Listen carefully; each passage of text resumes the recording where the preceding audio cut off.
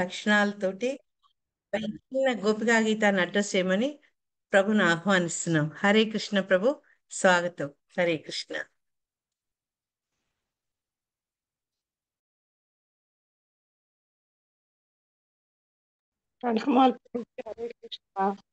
మీ అందరికీ చాలా చాలా కృతజ్ఞతలు. ముఖ్యంగా రేవతి మాతాజీకి ఈరోజు నాకు మీ కార్యక్రమంలో ఆహ్వానించినందుకు. అయితే మీ అందరికీ నేను చాలా రుణపడి ఉన్నాను. అయితే ఈరోజు మనము శ్రీమద్ భాగవతం 3వ స్కందము 13వ అధ్యాయం యొక్క సారాంశం మనము చర్చించాము. కానీ దానికంటే ముందు మనము ఓం నమో భగవతే వాసుదేవాయ, ఓం నమో భగవతే వాసుదేవాయ, ఓం నమో భగవతే వాసుదేవాయ.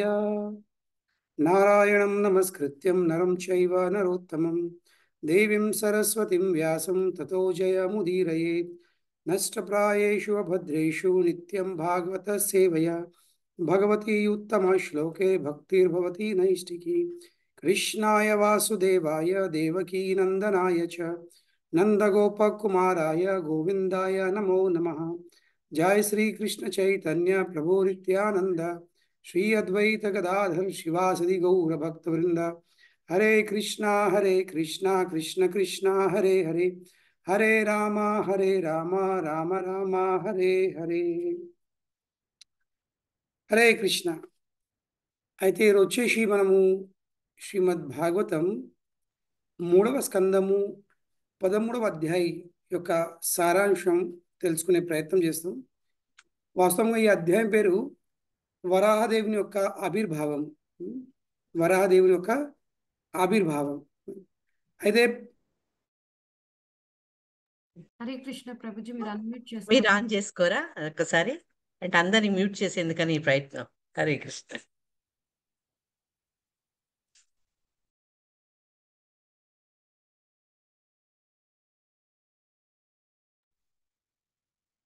హరే కృష్ణ ప్రభుజీ, మీరు ఒక్కళ్ళు మైక్ ఆన్ చేసుకోండి ప్రభు.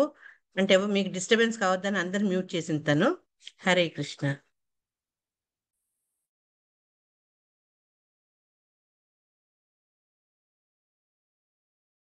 ఓకే మాతాజీ. సో అందరికీ హరే కృష్ణ మాతాజీ. సో అయితే మనము ఈరోజు శ్రీమద్ భాగవతం 3వ స్కందము 13వ అధ్యాయం యొక్క సారాంశం తెలుసుకునే ప్రయత్నం చేస్తాం. అయితే ఈ 13వ అధ్యాయం కన్నా ముందు ఇక్కడ చతుష్కుమారుల యొక్క ఆవిర్భావం విషయం చెప్పడం జరుగుతుంది. దాని తర్వాత ఈ చర్చ వాస్తవంకు మైత్రి ఋషి మరియు విధురు మధ్య జరుగుతుంది అనమాట. అయితే శుకదేవ గోస్వామి ఈ 13వ అధ్యాయం స్టార్ట్ చేస్తుండ్రు. దేంతో పరీక్షిత్ మహారాజ్కు ఒక విషయం తెలియస్తున్నమాట. ఏంటది? నిశమ్య వాచం వదతో మునే పుణ్యాత్మ నిర్వాహ భూయ ప్రపంచ కౌరవ్య వాసుదేవ కథ ఆదృత. ఏమని చెప్తారు? ఎప్పుడైతే మైత్రే ఋషి నుండి విధుర ఇందాక శ్రీమద్ భాగవతం లేదా శ్రీమద్ భాగవతం విషయం విన్నాడో, ఇప్పుడు నార్మలీ ఏమవుతుందంటే మనము కొన్ని విషయాలు వినేసరికి బోర్ అవుతుంది, లేక ఆలస్యం వచ్చేస్తుంది. వాస్తవంగా ఆలస్యము అన్నది మనకు ఆ విషయాన్ని గ్రహించడానికి మన శక్తిని నష్టం చేస్తుందన్నమాట కదా. సో కనుకనే ఈ శ్లోకంలో ఒక ముఖ్యమైన విషయము ప్రభుత్వ ఒక ముఖ్యమైన పదం ఏంటంటే వాసుదేవ కథ ఆదృత.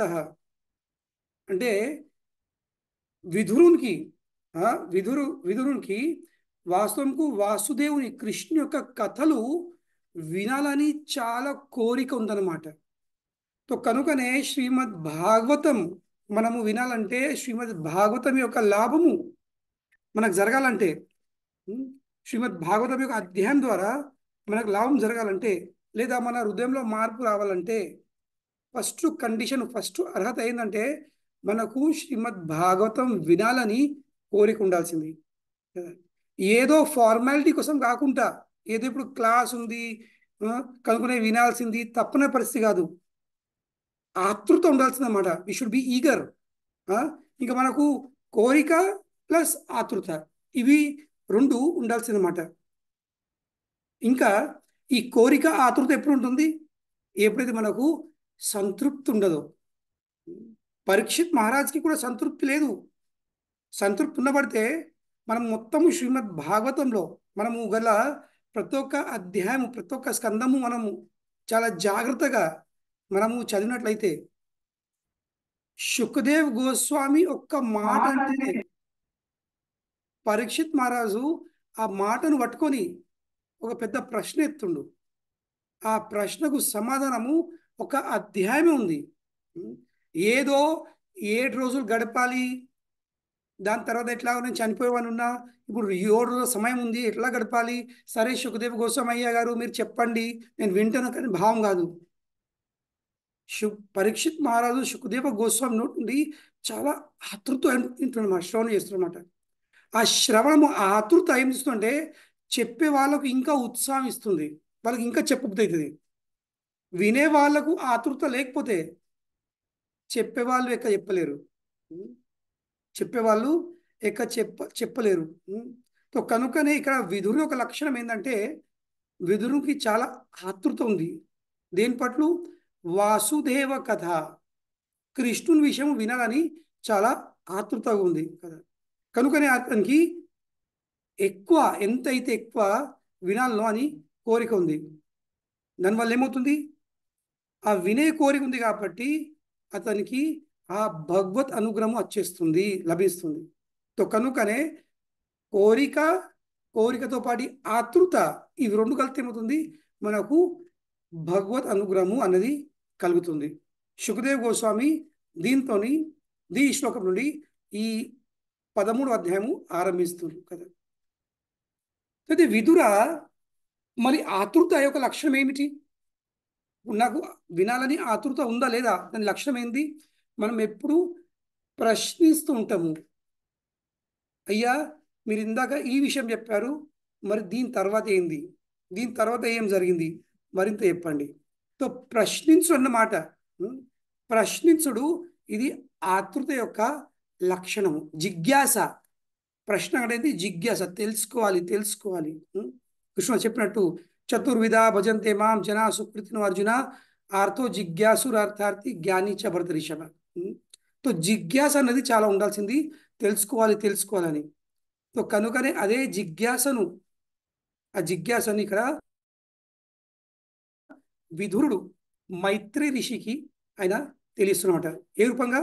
ఈ 2వ శ్లోకంలో విదుర ఉవాచ స వై స్వయంభువ సమ్రాట్ ప్రియపుత్ర స్వయంభవ ప్రతిలభ్య ప్రియం పత్నిం కించకార తతో మునే.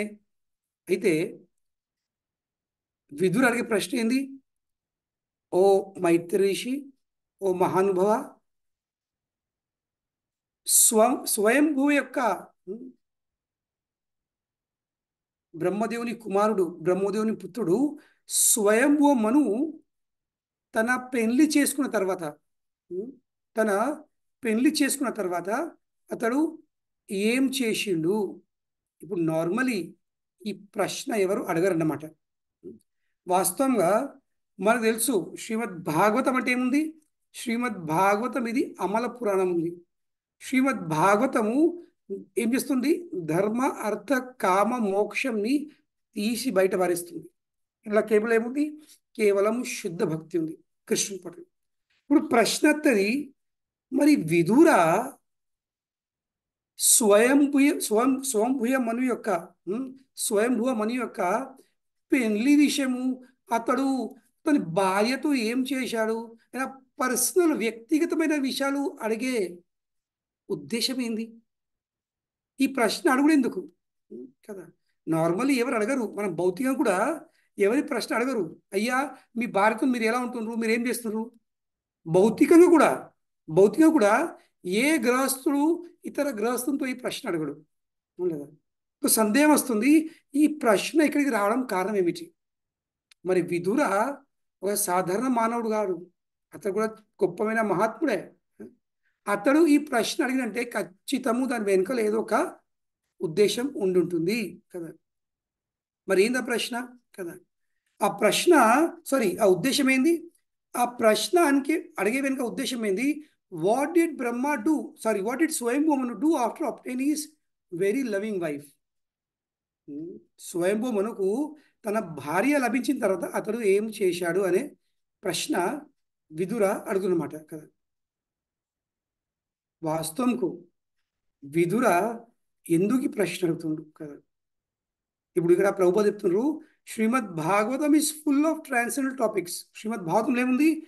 భగవంతుని యొక్క దివ్య లీలలు ఉన్నాయన్నమాట. అదే కాకుండా శ్రీమద్ భాగవతంలో భగవాన్ యొక్క దివ్య లీలతో పాటు భగవాన్ యొక్క శుద్ధ భక్తుల విషయం కూడా చెప్పడం జరుగుతుంది కదా. ఎందుకంటే ఆధ్యాత్మిక రంగంలో ఆధ్యాత్మిక రంగంలో పరతత్వంలో భగవాను విషయము లేక భగవాన్ మరియు భగవాన్ యొక్క భక్తుల మధ్యలో ఎలాంటి తేడా లేదు. ఎందుకంటే భక్తులకు భగవానుడు తప్ప ఇంకా భగవానుకి భక్తులు తప్ప ఏం తెలియదు కాబట్టి భక్తులు నిరంతరము భగవంతుని సేవలో ఒక విధంగా ఐక్యమైనరు కాబట్టి సేవాభావంగా గుణరీతిన వాళ్ళు ఐక్యమైనరు కాబట్టి భగవాన్ ఇంకా భక్తుల మధ్యలో ఒక విధంగా ఎలాంటి తేడా అన్నది ఉండదు. సో కనుకనే మనం ఒక్క విషయం తెలుసుకోవాల్సింది, నార్మల్ ఏమవుతుందంటే ఆరంభ దశలో మనకు భగవాను విషయం వినాలని చాలా కోరిక ఉంటుంది, కానీ భక్తుల విషయం వినాలంటే మనకు కొంచెం ఆలస్యం వచ్చేస్తుంది. ఎందుకు ఆ ఆలస్యం రావడం కారణం ఏంది? ఎందుకంటే మనం ఇంకా భక్తులు ఇంకా భగవాన్ మధ్యలో ఉన్న సంబంధాన్ని తెలుసుకోలేదు. అలాగే మన ద్వారా వైష్ణవ అపరాధం జరుగుతుంది. వాస్తవం చాలా మంది అడుగుతారు, ఈ వైష్ణవ అపరాధాలకు కారణం ఏమిటి? కారణం ఒక్కటే, మనము ఆ వైష్ణవుని యొక్క సంబంధము భగవానుతో ఉన్న ఆ సంబంధాన్ని మనం ఇంకా గుర్తించుకోలేము. ఏ రోజు మనం గుర్తించుకుంటామో ఈ వైష్ణవుని సంబంధము ఆ భగవానుతో ఉంది, ఏ భగవాన్ అయితే నేను ఆరాధిస్తున్నానో, ఏ భగవాన్ నేను పూజిస్తున్నానో ఆ భగవానుని యొక్క సంబంధము ఈ వైష్ణవుతో జరిగి ఉంది. ఈ వైష్ణవుడు ఆ భగవాను సేవ చేస్తుంది కదా, ఆ భగవాన్ యొక్క సేవలో లీనమే ఉన్నాడు.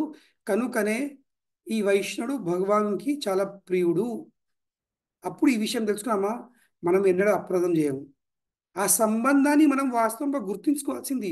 ప్రతి ఒక్క వైష్ణవుడు ఎవరైతే భగవాన్కి అయినరే ఉన్నారో లేక అంకితమయ్యే ప్రయత్నం చేస్తున్నారో వాళ్ళు భగవానునికి చాలా ప్రియులు, వాళ్ళు కృష్ణునికి చాలా ప్రియులు, వాళ్ళ మధ్యలో సంబంధం ఉంది. కనుకనే కృష్ణుడు అన్ని తట్టుకుంటాడు, కానీ ఎవరైతే నా భక్తులను అవమానిస్తే మాత్రం కృష్ణుడు తట్టుకోడు. కనుకనే మనం చాలా జాగ్రత్త ఉండాల్సింది. భగవానుతో పాటు నిరంతరము మనము భగవాన్ యొక్క శుద్ధ భక్తులను కూడా మనము గౌరవించాల్సింది. భగవాను లీలలు వినటం ఎంత ఉత్సాహం వస్తుందో భగవాన్ యొక్క భక్తుల లీలలు వినప్పుడు కూడా మనకు అదే ఉత్సాహము ఉండాల్సింది కదా. కనుకనే ఎప్పుడైతే మనకు ఈ విషయం తెలుస్తుందో, భక్తుల విషయం ఇంట్లో కూడా ఉత్సాహం వచ్చేస్తుందో, అప్పుడు భగవాన్ యొక్క లీలలు వింటే మనకి ఎంత లాభం అవుతుందో, భగవాన్ యొక్క భక్తుల విషయం వింటే కూడా శ్రవణం చేస్తే కూడా మనకు అంతే లాభము అవుతుంది. The same result. ఏంటది మరి ప్రయోజనం ఏమిటి? ఏం లాభం అవుతుంది? మన హృదయంలో భక్తి యొక్క సేవ ఉదయిస్తుంది. శ్రీకృష్ణ భగవాన్ పట్ల భక్తి ఉద్భవిస్తుంది, జన్మిస్తుంది కదా. కనుకనే భగవాన్ కానీ భగవాన్ యొక్క శుద్ధ భక్తులు కానీ వాళ్ళ విషయం మనము నిరంతరము శ్రవణం చేయాల్సింది. కనుకనే స్వయంభువ మను సాధారణ వ్యక్తి కాదు. మనకు శ్రీమద్ భాగవతం యొక్క 6వ స్కందంలో తెలిపినట్లుగా స్వయంభువ నారద శంభు కుమారో కపిలో మను ప్రహ్లాదో జనకో భీష్మో బలీర్వయ్యా సఖీర్వయం. ఈ 12 మహాజనుల పైకి ఒక మహాజనులు ఎవరు? మను. కుమారో కపిలో మను. మను అంటే ఎవరు? స్వయంభువ మను కదా. కనుకనే మనము బ్రహ్మదేవుని విషయం వినాలి, మనము శివుని విషయం వినాలి, మనం నారదుని విషయం వినాలి, మనం కపిల జనక భీష్మ ప్రహ్లాదుని విషయం మనం వినాల్సింది. వాళ్ళ విషయం మనం శ్రవణం చేస్తే భగవాను శ్రవణం చేస్తే ఎంత లాభం అవుతుందో మనకు అదే లాభము జరుగుతుంది. కనుకనే భక్తుల విషయము వినుట్లో మనకు ఎలాంటి ఆలస్యం అనేది ఉండకూడదు కదా. కనుకనే ఇక్కడ పరీక్షిత్ మహారాజ్కి సుఖదేవ్ గోస్వామి ఇంకొక చాలా గొప్పమైన విషయం తెలుస్తున్నమాట. ఏమని చెప్తున్నారు? శ్రుతస్య పుంసాం సుచిరాశ్రమస్య నా అంజస సురభిర్ ఇదితో అరథ తత్తద్గుణానుశ్రవణం ముకుంద పాదారవిందం హృదయేషు ఏషాం. కదా, ఏ మనుషుడైతే, ఏ మానవుడైతే తన యొక్క ఆధ్యాత్మిక గురు నుండి చాలా శ్రమతో దీర్ఘకాలము భగవానుని యొక్క గుణాలు, భగవాన్ యొక్క లీలలు, ఆధ్యాత్మిక లేక గురు లేదా శుద్ధ భక్తులు నోటి వింటారో ఏమవుతుంది? వాళ్ళకు కృష్ణ కృప లభిస్తుంది. కదా, ఎట్లా లభిస్తుంది? ఎందుకంటే ఆ శుద్ధ భక్తుల హృదయంలో కృష్ణుడు నివసిస్తుండు. కృష్ణుని పాద పద్మాలను ధరించిన వాళ్ళే శుద్ధ భక్తులు. కదా, కనుకనే ఆ భక్తుల నోటి నుండి మనం ఎప్పుడైతే శ్రమ చేస్తామో వాస్తవంగా కృష్ణుడు, ఆ శుద్ధ భక్తులు వాళ్ళు చెప్తా ఉంటే వాళ్ళు ఏం చేస్తున్నారు? వాస్తవంగా వాళ్ళ హృదయంలో ఉన్న కృష్ణుని వాళ్ళు మనకు అందిస్తున్నారు. కదా, కనుకనే మనం నిరంతరము శుద్ధ భక్తుల నోటి నుండి భగవాను విషయము మరియు భగవాన్ యొక్క శుద్ధ భక్తుల విషయం మనము నిరంతరము శ్రవణము చేయాల్సింది. కదా, ఈ విషయం మనకు ఇక్కడ సుఖదేవ్ గోస్వామి పరీక్షిత్ మహారాజ్కి తెలియస్తున్నమాట. దాని తర్వాత మనకు ఇప్పుడు సుఖదేవ్ గోస్వామి విదురుని యొక్క గొప్పతనాన్ని తెలియస్తున్నట్ట. 5వ శ్లోకంలో ఏమని చెప్తుండు? శ్రీ శుక ఉవాచ ఇతి బ్రువాణం విదురం వినీతం సహస్రశీర్షాశ్చరణోపదానం ప్రసృష్ట రోమా భగవత్కథాయాం ప్రణీయమానో మునిర్ అభ్యచాష్ట. కదా, సుఖదేవ్ గోస్వామి తెలియస్తున్నారు, విదురుడు సాధారణ వ్యక్తి కాడు. విదురు కూడా ఒక సాధారణ మానవుడు కాదు. ఎందుకు కాదు? ఎందుకంటే సాక్షాత్ దేవాదేవుడైన శ్రీ కృష్ణ భగవానుడు కూడా ఏం చేస్తుండే? తన పాద పద్మాలను విదురుని ఒడిలో పెట్టేవారన్నమాట. ఎందుకు? ఎందుకంటే విదురుడు చాలా సునీతమైన వ్యక్తి, వినయ భావంతో కలిగిన వ్యక్తి. కదా, కనుకనే మైత్రిషి కూడా చాలా ఉత్సాహం వచ్చేస్తుంది. నాకు ప్రశ్న అడిగే వ్యక్తి కూడా సాధారణ వ్యక్తి కాదు, అతడు చాలా భగవాన్కి ప్రియమైన వ్యక్తి. కనుకనే మైత్రిషికి విదురు అడిగే ప్రశ్నతో చాలా సంతోషం కలుగుతుంది. విదురు యొక్క భావం విని, అంటే ఇంత గొప్పమైన స్థాయి మీద ఉన్న వ్యక్తి కూడా భగవాను విషయం వినాలని కోరుకుంటుండు, ఇంకా నాలాంటి వ్యక్తికి ప్రశ్నిస్తుండు. ఎవరు ఒడిలైతే భగవానుడు తన పాద పద్మాలను వేసుకొని నిద్రపోతాడో ఆ వ్యక్తి నన్ను ప్రశ్నిస్తుండు. ఇంత గొప్పమైన వ్యక్తితో నాకు సాంగత్యం కలుగుతుంది, ఇంత గొప్పమైన వ్యక్తికి నాకు కృష్ణ విషయం చెప్పే అవకాశం అవుతుందని మైత్రిషి కూడా చాలా ఉత్సాహంగా అతడు నారదునికి భగవాన్ విషయము తెలియస్తున్నమాట. కదా, కనుక ప్రభుత్వం ఇక్కడ ఈ శ్లోకంలో సహస్ర శీర్షణ ఈ శబ్దము చాలా ముఖ్యమైనది. ఎందుకంటే ఈ సహస్ర శీర్షణ అనే శబ్దం పదం అర్థం ఏముంది? One who has divorce energies and activities and a wonderful brain.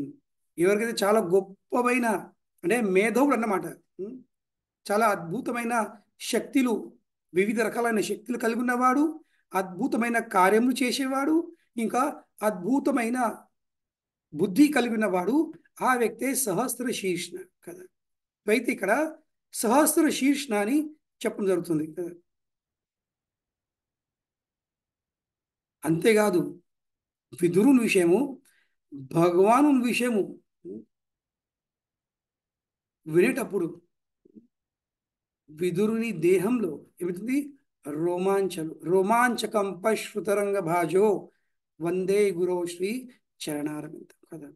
నయనం గలదశ్రుధార వదనం గద గద హృదయ గిర పులకైర్ నిశ్చితం వపు కదా తవ నామగ్రహణే భవిష్యతి. కృష్ణుని విషయం వినేసరికి విదురునికి ఏమవుతుంది? ఆనంద బాష్పాలు నడుస్తున్నమాట. అంతేకాకుండా రోమాంచ కంపశ్రుతుంది, దేహంలో మొత్తము కంపనం అవుతుంది కదా. కనుకనే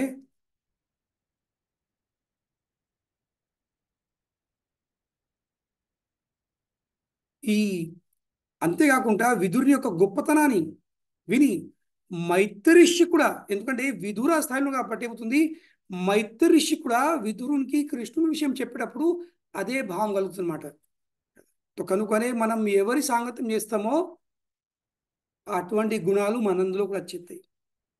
విదురుని యొక్క సౌభాగ్యం, గొప్పమైన అదృష్టంని, ఎంతో అదృష్టవంతుడు విదురు అని భావించి మైత్రిషి కూడా ఏమవుతుంది, ఆ దివ్యమైన ఆనందము కలుగుతుంది అనమాట.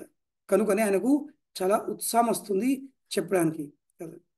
అయితే ఇప్పుడు మైత్రి ఋషి విదురునికి కృష్ణ కథ, భగవంతుని యొక్క లీలలు చెప్పుడు ఆరంభిస్తుండు కదా. అయితే 6వ శ్లోకంలో మైత్రే ఉవాచ యదా స్వభార్యయా సార్ధం జాత స్వయంభువో మను ప్రాణాంజలి ప్రణశ్చేదం వేద గర్భం అభాసత. అయితే స్వయంభువ మను యొక్క పెళ్లి అయిన తర్వాత ఈ చాలా ముఖ్యమైన విషయం ఉంది ఇక్కడ. మనకు తెలుసుకునే పాఠం ఉంది. పెళ్ళైన తర్వాత నార్మలీ ఈ లోకం చూస్తాము, కొడుకుది పెళ్ళైందంటే కొడుకు ఫస్ట్ పని ఏం చేస్తాడు, వాడు ఎక్కడో హనీమూన్కి వెళ్ళిపోతాను ప్లాన్ చేస్తుంటాడు. వాని జీతం వాని సంసారం సెట్ చేసుకోవాలని ప్రయత్నం చేస్తాడు. లేదా వానికి తల్లిదండ్రులతో ఎలాంటి సంబంధం ఉండదు, వాళ్ళని పట్టించుకోడు. కానీ వాస్తవంగా ఈరోజు ప్రతి ఒక్క మానవుడు చేయాల్సింది ఏంటి, పెళ్ళైన తర్వాత స్వయంభూ మను ఏం చేశాడు, తన పెళ్ళైన తర్వాత స్వయంభూ మను తన భార్యతో సహా బ్రహ్మలోకంకి వెళ్ళి బ్రహ్మదేవుని దగ్గరికి వెళ్ళి బ్రహ్మలోకంలో బ్రహ్మదేవునికి వెళ్ళి 2 చేతులు జోడించి తన దండవత్ ప్రణామాలు తన అర్పిస్తుండు. 2 చేతులు జోడించి దండవత్ ప్రణామం అర్పించి కొన్ని విషయాలు ప్రశ్నిస్తుండు, కొన్ని విషయాలు చెప్తుండు, కొన్ని విషయాలు ప్రశ్నిస్తుండు. సో ఫస్ట్ మనము జీవితంలో ఒక బాధ్యత తీసుకున్నామంటే కావాల్సింది ఆ బాధ్యతను నెరవేర్చడానికి మనము మన ఇంట్లో ఉన్న పెద్ద వాళ్ళది మనం ఎప్పుడు ఆశీర్వాదము, అనుగ్రహంని మనము కోరుకోవాల్సింది. వాళ్ళ ఆశీర్వాదం పొందే, వాళ్ళ బ్లెస్సింగ్స్ పొందే ప్రయత్నం మనము చేయాల్సింది. ఇది మనకు ఫస్ట్ విషయం ఇక్కడ తెలుస్తుంది. ఇంకా తర్వాత మనం కొన్ని ప్రశ్నలు అడగాల్సింది. ఏదైతే స్వయంభూ మను అడుగుతుందో అది మనం తెలుసుకుందాం కదా. అయితే స్వయంభూ మను 2 చేతులు జోడించి వినయభావంతో తన తండ్రి అయినటువంటి బ్రహ్మదేవుని దగ్గరికి వెళ్ళి కొన్ని ప్రశ్నలు అడుగుతుందన్నమాట. కొన్నంటే ఏంది, ఒకటే ప్రశ్న వాస్తవంగా. ఏందో ప్రశ్న, త్వమేక సర్వభూతానాం, అయ్యా మీరెవరు? త్వం ఏక సర్వభూతానాం కదా, మీరు ప్రతి ఒక్క జీవులకు తండ్రి లాంటి వాళ్ళు కదా. అంతేకాకుండా ప్రతి ఒక్క జీవిని పోషించే వాళ్ళు కూడా మీరే. త్వమేక సర్వభూతానాం జన్మకృత్ వృతా పిత, మీరెవరు? తండ్రి లాంటి వాళ్ళు. కనుకనే వాళ్ళందరూ, ప్రతి ఒక్క జీవుడు వాళ్ళ యొక్క ఉత్పత్తి మీ నుండి జరిగింది. మీరు తండ్రి కాబట్టి మీరు అందరినీ పోషిస్తున్నారు. కనుకనే ఇప్పుడు నేను కూడా మీ యొక్క సంతానంని, నా ఉత్పత్తి కూడా మీ నుండే జరిగింది కదా. నన్ను పోషించుడు నా పోషణ మీద జరిగింది. కనుకనే ఇప్పుడు నా యొక్క ప్రశ్న ఏంటంటే, మీరు మమ్మల్ని మాకు ఆజ్ఞ ఇవ్వండి, మాకు చెప్పండి ఏంటది. మీరు ఇంత మేలు చేసినందుకు, మీరు మమ్మల్ని అన్నారు కాబట్టి, మమ్మల్ని పోషించరు కాబట్టి, please order us how we may be able to render service unto you.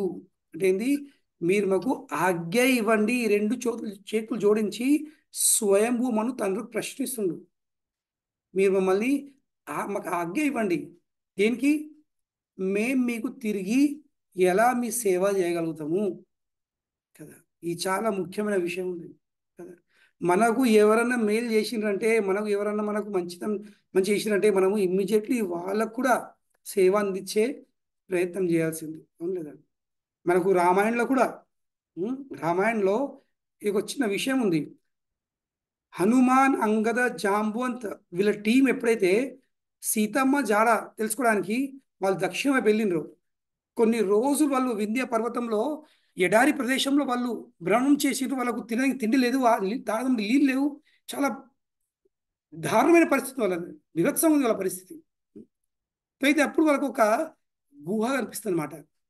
ఆ గుహలో చాలా పచ్చటి వృక్షాలు కనబడతాయి అనమాట. అలాగే కొన్ని పక్షులు, తడిసిన పక్షులు బయటకు వస్తే కనిపిస్తాయి. అవును, ఇక్కడ నీళ్ళు ఉన్నట్టున్నాయి, చెట్లు ఉన్నాయి అని వీళ్ళందరూ ఏం చేశారు, అందరూ ఆ గుహలో ప్రవేశించారు. ప్రవేశించిన తర్వాత వాళ్ళకు ఒక అమ్మాయి కనబడ్డది అనమాట, స్వయం ప్రభ.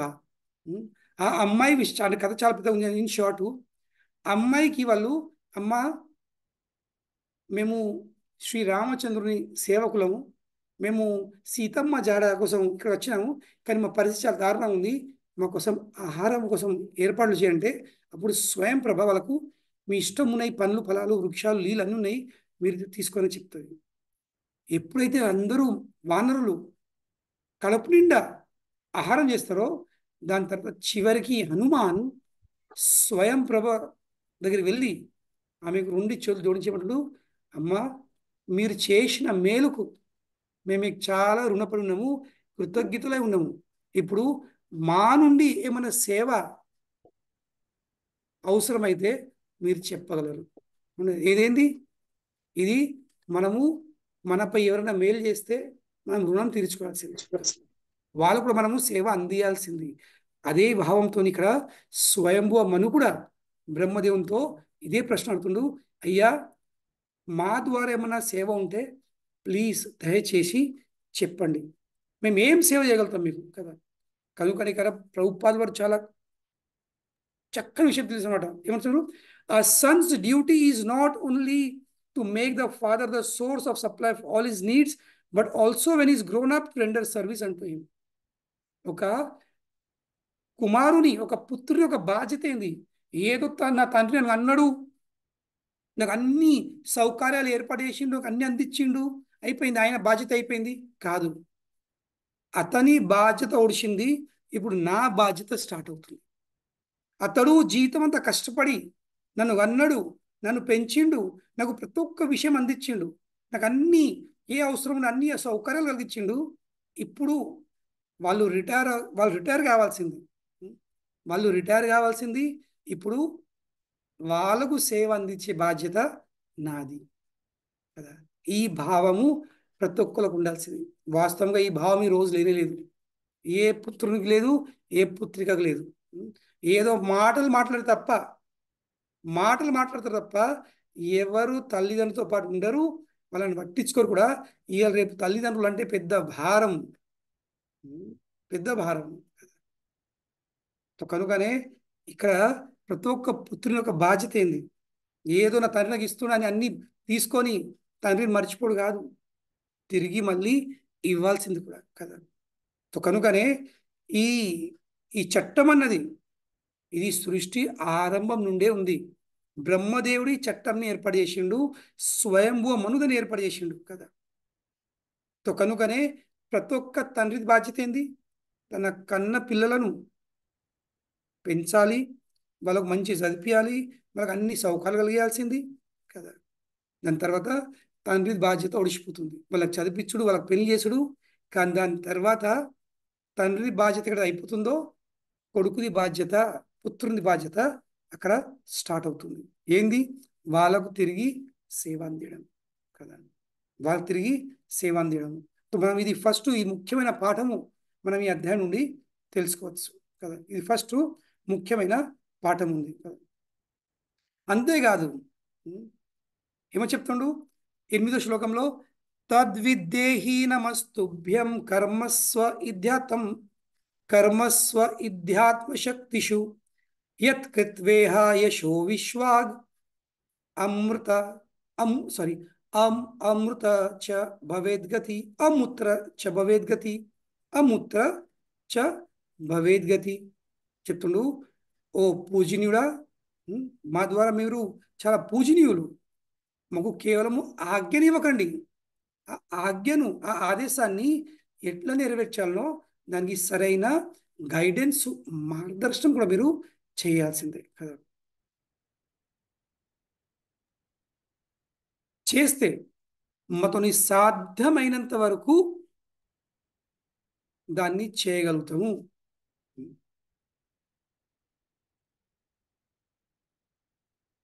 దానివల్ల ఏమవుతుంది?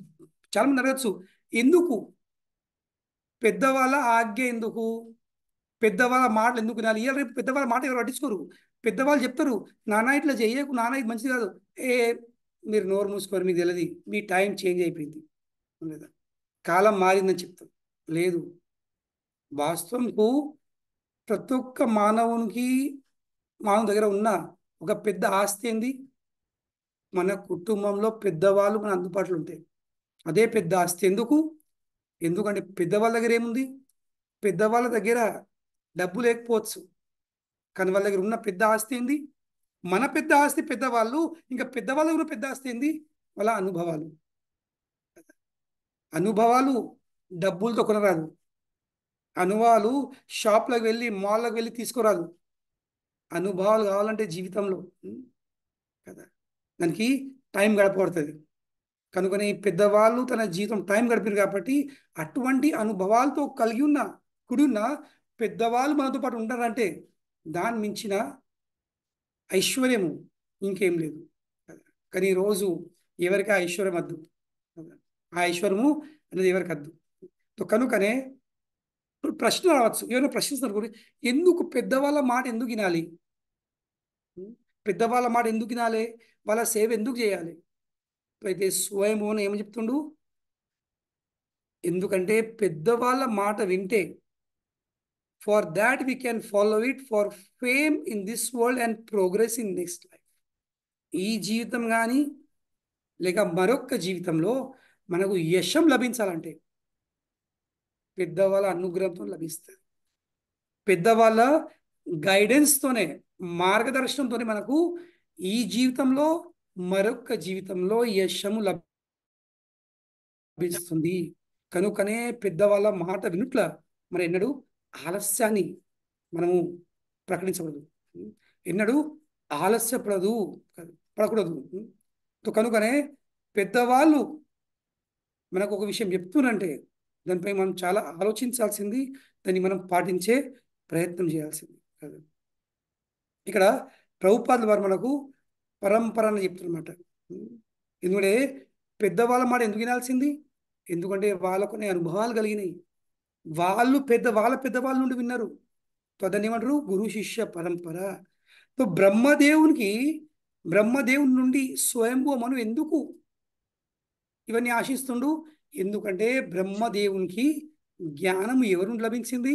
సాక్షాత్ భగవాన్ నుండి.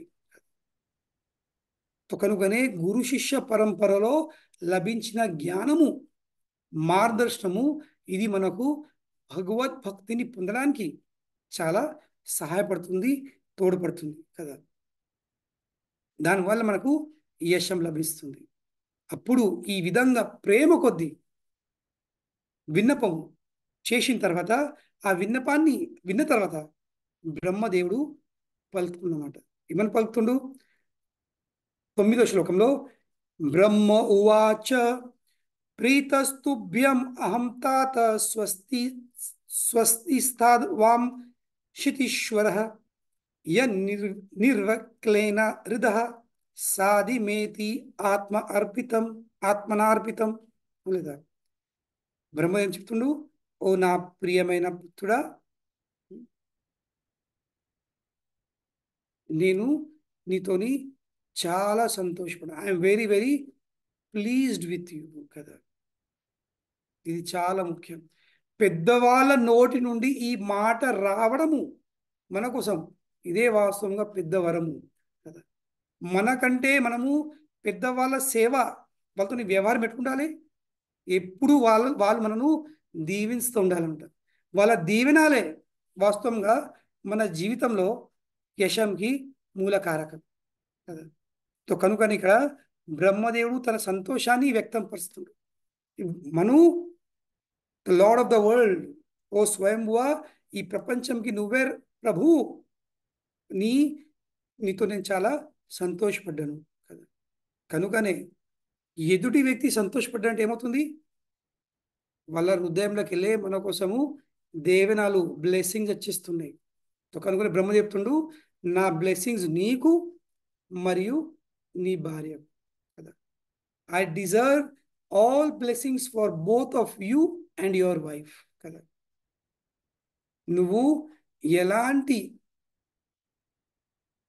నువ్వు ఎలాంటి ఆలోచించకుండా, ఎలాంటి మొహమాట లేకుండా నువ్వేం చేసినావు, నువ్వు నా మాట నాకు శరణ్ పొందినవు, ఇంకా నా ఆజ్ఞలను నువ్వు ఇందాక పాటించుకుని వచ్చినావు, ఇంకా భవిష్యత్తులో కూడా పాటిస్తావని నాకు నమ్మకం ఉంది కదా.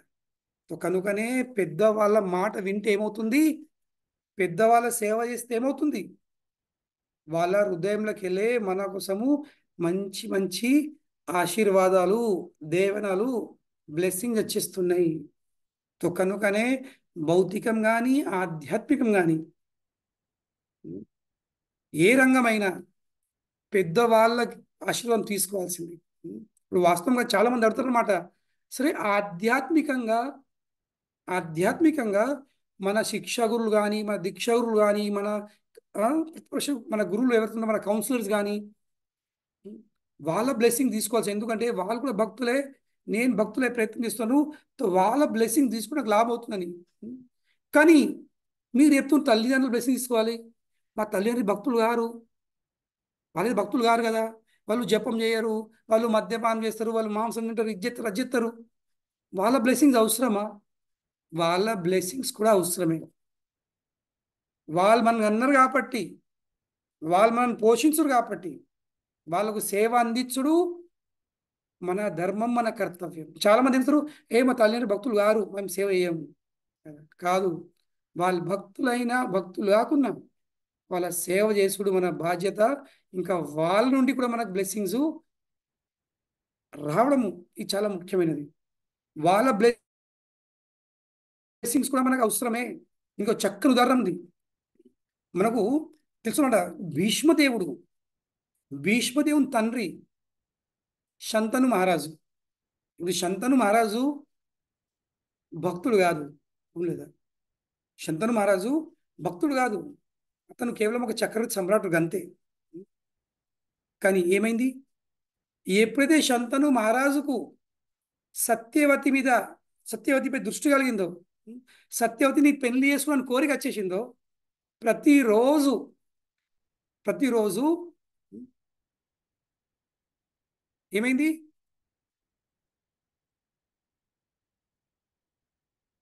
ప్రతిరోజు మన శంతను మహారాజు ఆ నది ఒడ్డుకు వెళ్ళేవాడు అన్నమాట. దేనికోసం? సత్యవతి దర్శనం చేసుకోవడానికి. కానీ దాంతో పాటు ఏమైంది, శంతను మహారాజు బాధ కూడా పడుతుంది. ఎందుకు? నాకు పెళ్లి చేసుకోవాలని కోరిక ఉంది, నాకు సత్యవతి అనే అమ్మాయి నేను ఇష్టపడుతున్నాను, పెళ్లి చేసుకోవాలని కోరిక ఉంది, కానీ పెళ్లి చేసుకునే స్థితిలో లేను. ఎందుకంటే నాకు పెద్ద కొడుకున్నాడు, దేవ్రత్. ఇప్పుడు ఆ కొడుకే పెళ్లి చేసుకునే స్థితికి వయసుకు వచ్చేసిండు. అంత వయసుకు వచ్చిన కొడుకును పెట్టుకొని నేను పెళ్లి ఎట్లా వేసుకుంటా? వాస్తవంగా ఇప్పుడు నేను నా కొడుకు పెళ్లి చేయాల్సింది, కానీ నాకు పెళ్లి చేసుకొని కోరిక వస్తుంది. ఆలోచించండి, ఈ రోజులలో ఎటువంటి ప్రసంగం జరుగుతున్నట్లయితే మనం కొడుకులు ఏం చెప్తారు, నానా చిగ్గు లేదా, మానం లేదా, నీ పెళ్లి అయిపోయింది, ఇప్పుడు నా పెళ్లి వేసుకునే టైం ఉంది, ఇప్పుడు నువ్వేంది పెళ్లి వేసుకొని కోరుకుంటున్నావు? అవును లేదా? ఎంతో నీ బూతులు తిట్టచ్చు తండ్రిని. కానీ భీష్మ పితం ఏం చేసిండు, ఆయన తెలుసుకున్నాడు, మా తండ్రి బాధ కారణమైంది, మా తండ్రి ఇంత ఎందుకు చింతిస్తుండు. అని ఏం చేశాడు అతడు? తన తండ్రి యొక్క బాధను అతడు తన సారథితో తెలుసుకున్నమాట.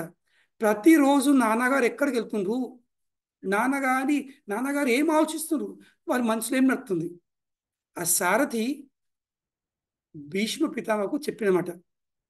భీష్మునికి, నాన్న, మీ తండ్రి ఒక అమ్మాయి ఇష్టపడ్డాడు, పెళ్లి చేసుకోవాలనుకుంటున్నాడు. అప్పటిదప్పుడే అబ్బా ఇది సమస్య. మళ్ళీ నా వల్ల నా తండ్రి బాధపడుతుండ. ఏం చేసిండు? తండ్రికి తెలియకుండా, శంతను మహారాజు తెలియకుండా దేవవ్రత్ భీష్ముడు, ఇప్పుడు భీష్ముని పేరు రాలేదు, ఇప్పటికీ దేవవ్రత అనే పేరు. దేవవ్రత ఏం చేసిండు? ఆ సత్యవతి వాళ్ళ నాన్న దగ్గరికి వెళ్ళి, అయ్యా, మా తండ్రి కోసము మీ బిడ్డే సంబంధాన్ని నేను అడగడానికి వచ్చినాను. వినరా? తండ్రి కొడుకు పెళ్లి చేస్తాడు కానీ కొడుకు తండ్రి పెళ్లి చేస్తాడా? మనం ఎక్కడ వినలేము, అవును కదా? వినని విషయం ఇది. కొడుకు తండ్రి పెళ్లి చేయడు, తండ్రి కొడుకు పెళ్లి చేస్తాడు. కానీ ఈ ప్రసంగంలో దేవ్రత భీష్ముడు వెళ్ళి తండ్రి కోసము సంబంధం సెడి ఎత్తుండు. సత్వతితో పెళ్లి మాటలకు వెళ్తున్నమాట. ఆయన ఏం చేసిండు? ఆయనడు, నేను ఈ సంబంధం ఒప్పుకుంటా, కానీ నా షరతు, నా కండిషన్ ఏందది? నా బిడ్డకు పుట్టిన సంతానమే రాజులు కావాలి, వాళ్ళే పరిపాలించాలి. అంటే సరే ఒప్పుకుంటా అంటాడు. నేను ఒప్పుకుంటాను, నా కొడుకులు, భీష్ముడు, నాకు పుట్టిన కొడుకులు వాళ్ళు పరిపాలించరు, వాళ్ళు గద్దె ఆశించరు, వాళ్ళు సింహాసం ఆశించరు, వాళ్ళు సత్యవతి పుత్రులకు సహాయం చేస్తారు అని మాటిస్తానమాట. అప్పుడు తండ్రి ఏమంటాడు? ఇది నీ మాట, రేపు నీ కొడుకులు మాట తప్పచ్చు, మా తండ్రి ఇచ్చిన మాట, కానీ మేం పెద్దవాళ్ళం, మాకు రాజ్యం రావాలని వాళ్ళు చేస్తే అప్పుడు నువ్వేం చేస్తావు లేదా? ఈ మాట వినేసరికి భీష్ముడు ఏం చేసిండు? దేవ్రత భీష్మ ప్రతిజ్ఞ తీసుకున్నమాట. మీకు నా సంతానంతో బాధ ఉందా? నేను వాస్తవంగా పెళ్ళే చేసుకోను, నేను బ్రహ్మచారిగా ఉంటా, నేను పెళ్ళే చేసుకోను. ఇక పెళ్ళే చేసుకోకపోతే నా సంతానం ఎక్కడిది? ఈ రాజ్యం కోసము యుద్ధం ఎక్కడిది? కనుకనే అప్పుడు దేవ్రత ఆ భీష్మ ప్రతిజ్ఞ చేసుకున్నాడు. ఎవరి కోసము? తండ్రి సంతృప్తి కోసం. తండ్రి వృద్ధుడైండు, భీష్ముడు యవ్వనంలో ఉన్నాడు. భీష్ముని పెళ్లి చేసుకునే వయసు, తండ్రికి వానప్రస్థ చేసుకునే సమయం. కానీ తండ్రి యొక్క ఆనందం కోసం, తండ్రి యొక్క ప్రత్యార్థం కోసము భీష్ముడు ఏం చేసిండు? జీతాంతం వరకు బ్రహ్మచారి ఉన్నాడు. బ్రహ్మచారి ఉంటాని ప్రమాణం చేసుకున్నాడు, ప్రతిజ్ఞ చేసుకున్నాడు. ఎప్పుడైతే ఈ విషయం శంతను మహారాజు తెలిసిండు, ఇప్పుడు గమనించండి, చాలా జాగ్రత్త వినండి. శంతను మహారాజు భక్తుడు కాదు, అతడు వైష్ణవుడు కాదు. కానీ ఏమైంది? భీష్ముడు తండ్రి సేవ చేసింది కాబట్టి, తండ్రికి ఆనందం కలిగించింది కాబట్టి, తండ్రికి సంతోషం కలిగించింది కాబట్టి ఏమైంది? శంతను మహారాజు భీష్మునికి వరం ప్రసాదించిండు. ఏ వరం ఇచ్చిండు? ఇచ్ఛా మృత్యు. నానా, నువ్వు ఇష్టం ఉన్నన్ని రోజులు నువ్వు బతకచ్చు, ఎప్పుడు నువ్వు ఇష్టపడతావో అప్పుడు నువ్వు చనిపోవచ్చు, అంతవరకు నీకు చావన్నది లేదు, నువ్వు అనుకున్నంత వరకు బ్రతుకుండొచ్చు. ఇచ్ఛా మృత్యుది వరం ఇచ్చిండు కదా. సో కనుకనే ఈ విషయం చెప్తున్నా అంటే, మనం ఇట్లా అనుకోవద్దు, నేను కేవలం నా తల్లిదండ్రులు భక్తులు అయితే వాళ్ళ సేవ ఎత్తా కాదు. ఇది పెద్ద సమస్య ఉంది. భక్తులు, ఇప్పటి యువతలు ఏం చేశారు? భక్తుల సేవ ఎత్తారు, మందిరం వెళ్తారు సేవ చేయడానికి, టెంపుల్ సేవ ఎత్తారు. కానీ ఇంట్లో ఉన్న వృద్ధ తల్లిదండ్రులు వాళ్ళు భక్తులు కాదు అని వాళ్ళు పట్టించుకోరు. కాదు, ప్రతి ఒక్క కొడుకు కానీ ప్రతి ఒక్క కోడలు కానీ వాళ్ళ ఫస్ట్ బాధ్యత ఏంది? ఇంట్లో ఉన్న వాళ్ళను అరుచుకోవాల్సింది ఫస్ట్. టెంపుల్లో సత్సంగంలో సేవలు ఎవరైనా చేస్తారు, కానీ వీళ్ళకి అనిపిస్తుంది లేదు లేదు లేదు, టెంపుల్ ఫస్ట్, సత్సంగం ఫస్ట్, అక్కడ సేవ అయితే నాకు ఆధ్యాత్మిక పురోగతి సాధిస్తాను, నాకు యశం వస్తుంది, భక్తుల మూడికి వెళ్తా. అవును, ఖచ్చితంగా వెళ్తావు. కానీ కన్న వాళ్ళను బాధ పెట్టి, కన్న వాళ్ళను ఉపవాసం ఉంచి, కన్న వాళ్ళను అవమానించి, వాళ్ళని పట్టించుకోకుండా నువ్వు భగవంతుడి దగ్గరికి వెళ్తే భగవంతుడు స్వీకరించడు. మన రుణం తీర్చుకోవాల్సింది వాళ్ళు భక్తులు కాకున్నా వాళ్ళు మనల్ని అన్నారు. ఈ రోజు మనం భక్తి చేస్తున్నామంటే ఈ రోజు మనం భక్తి చేస్తున్నామంటే అది ఎవరి కారణం, ఎవరి పుణ్యం? అది అది వాళ్ళ పుణ్యం.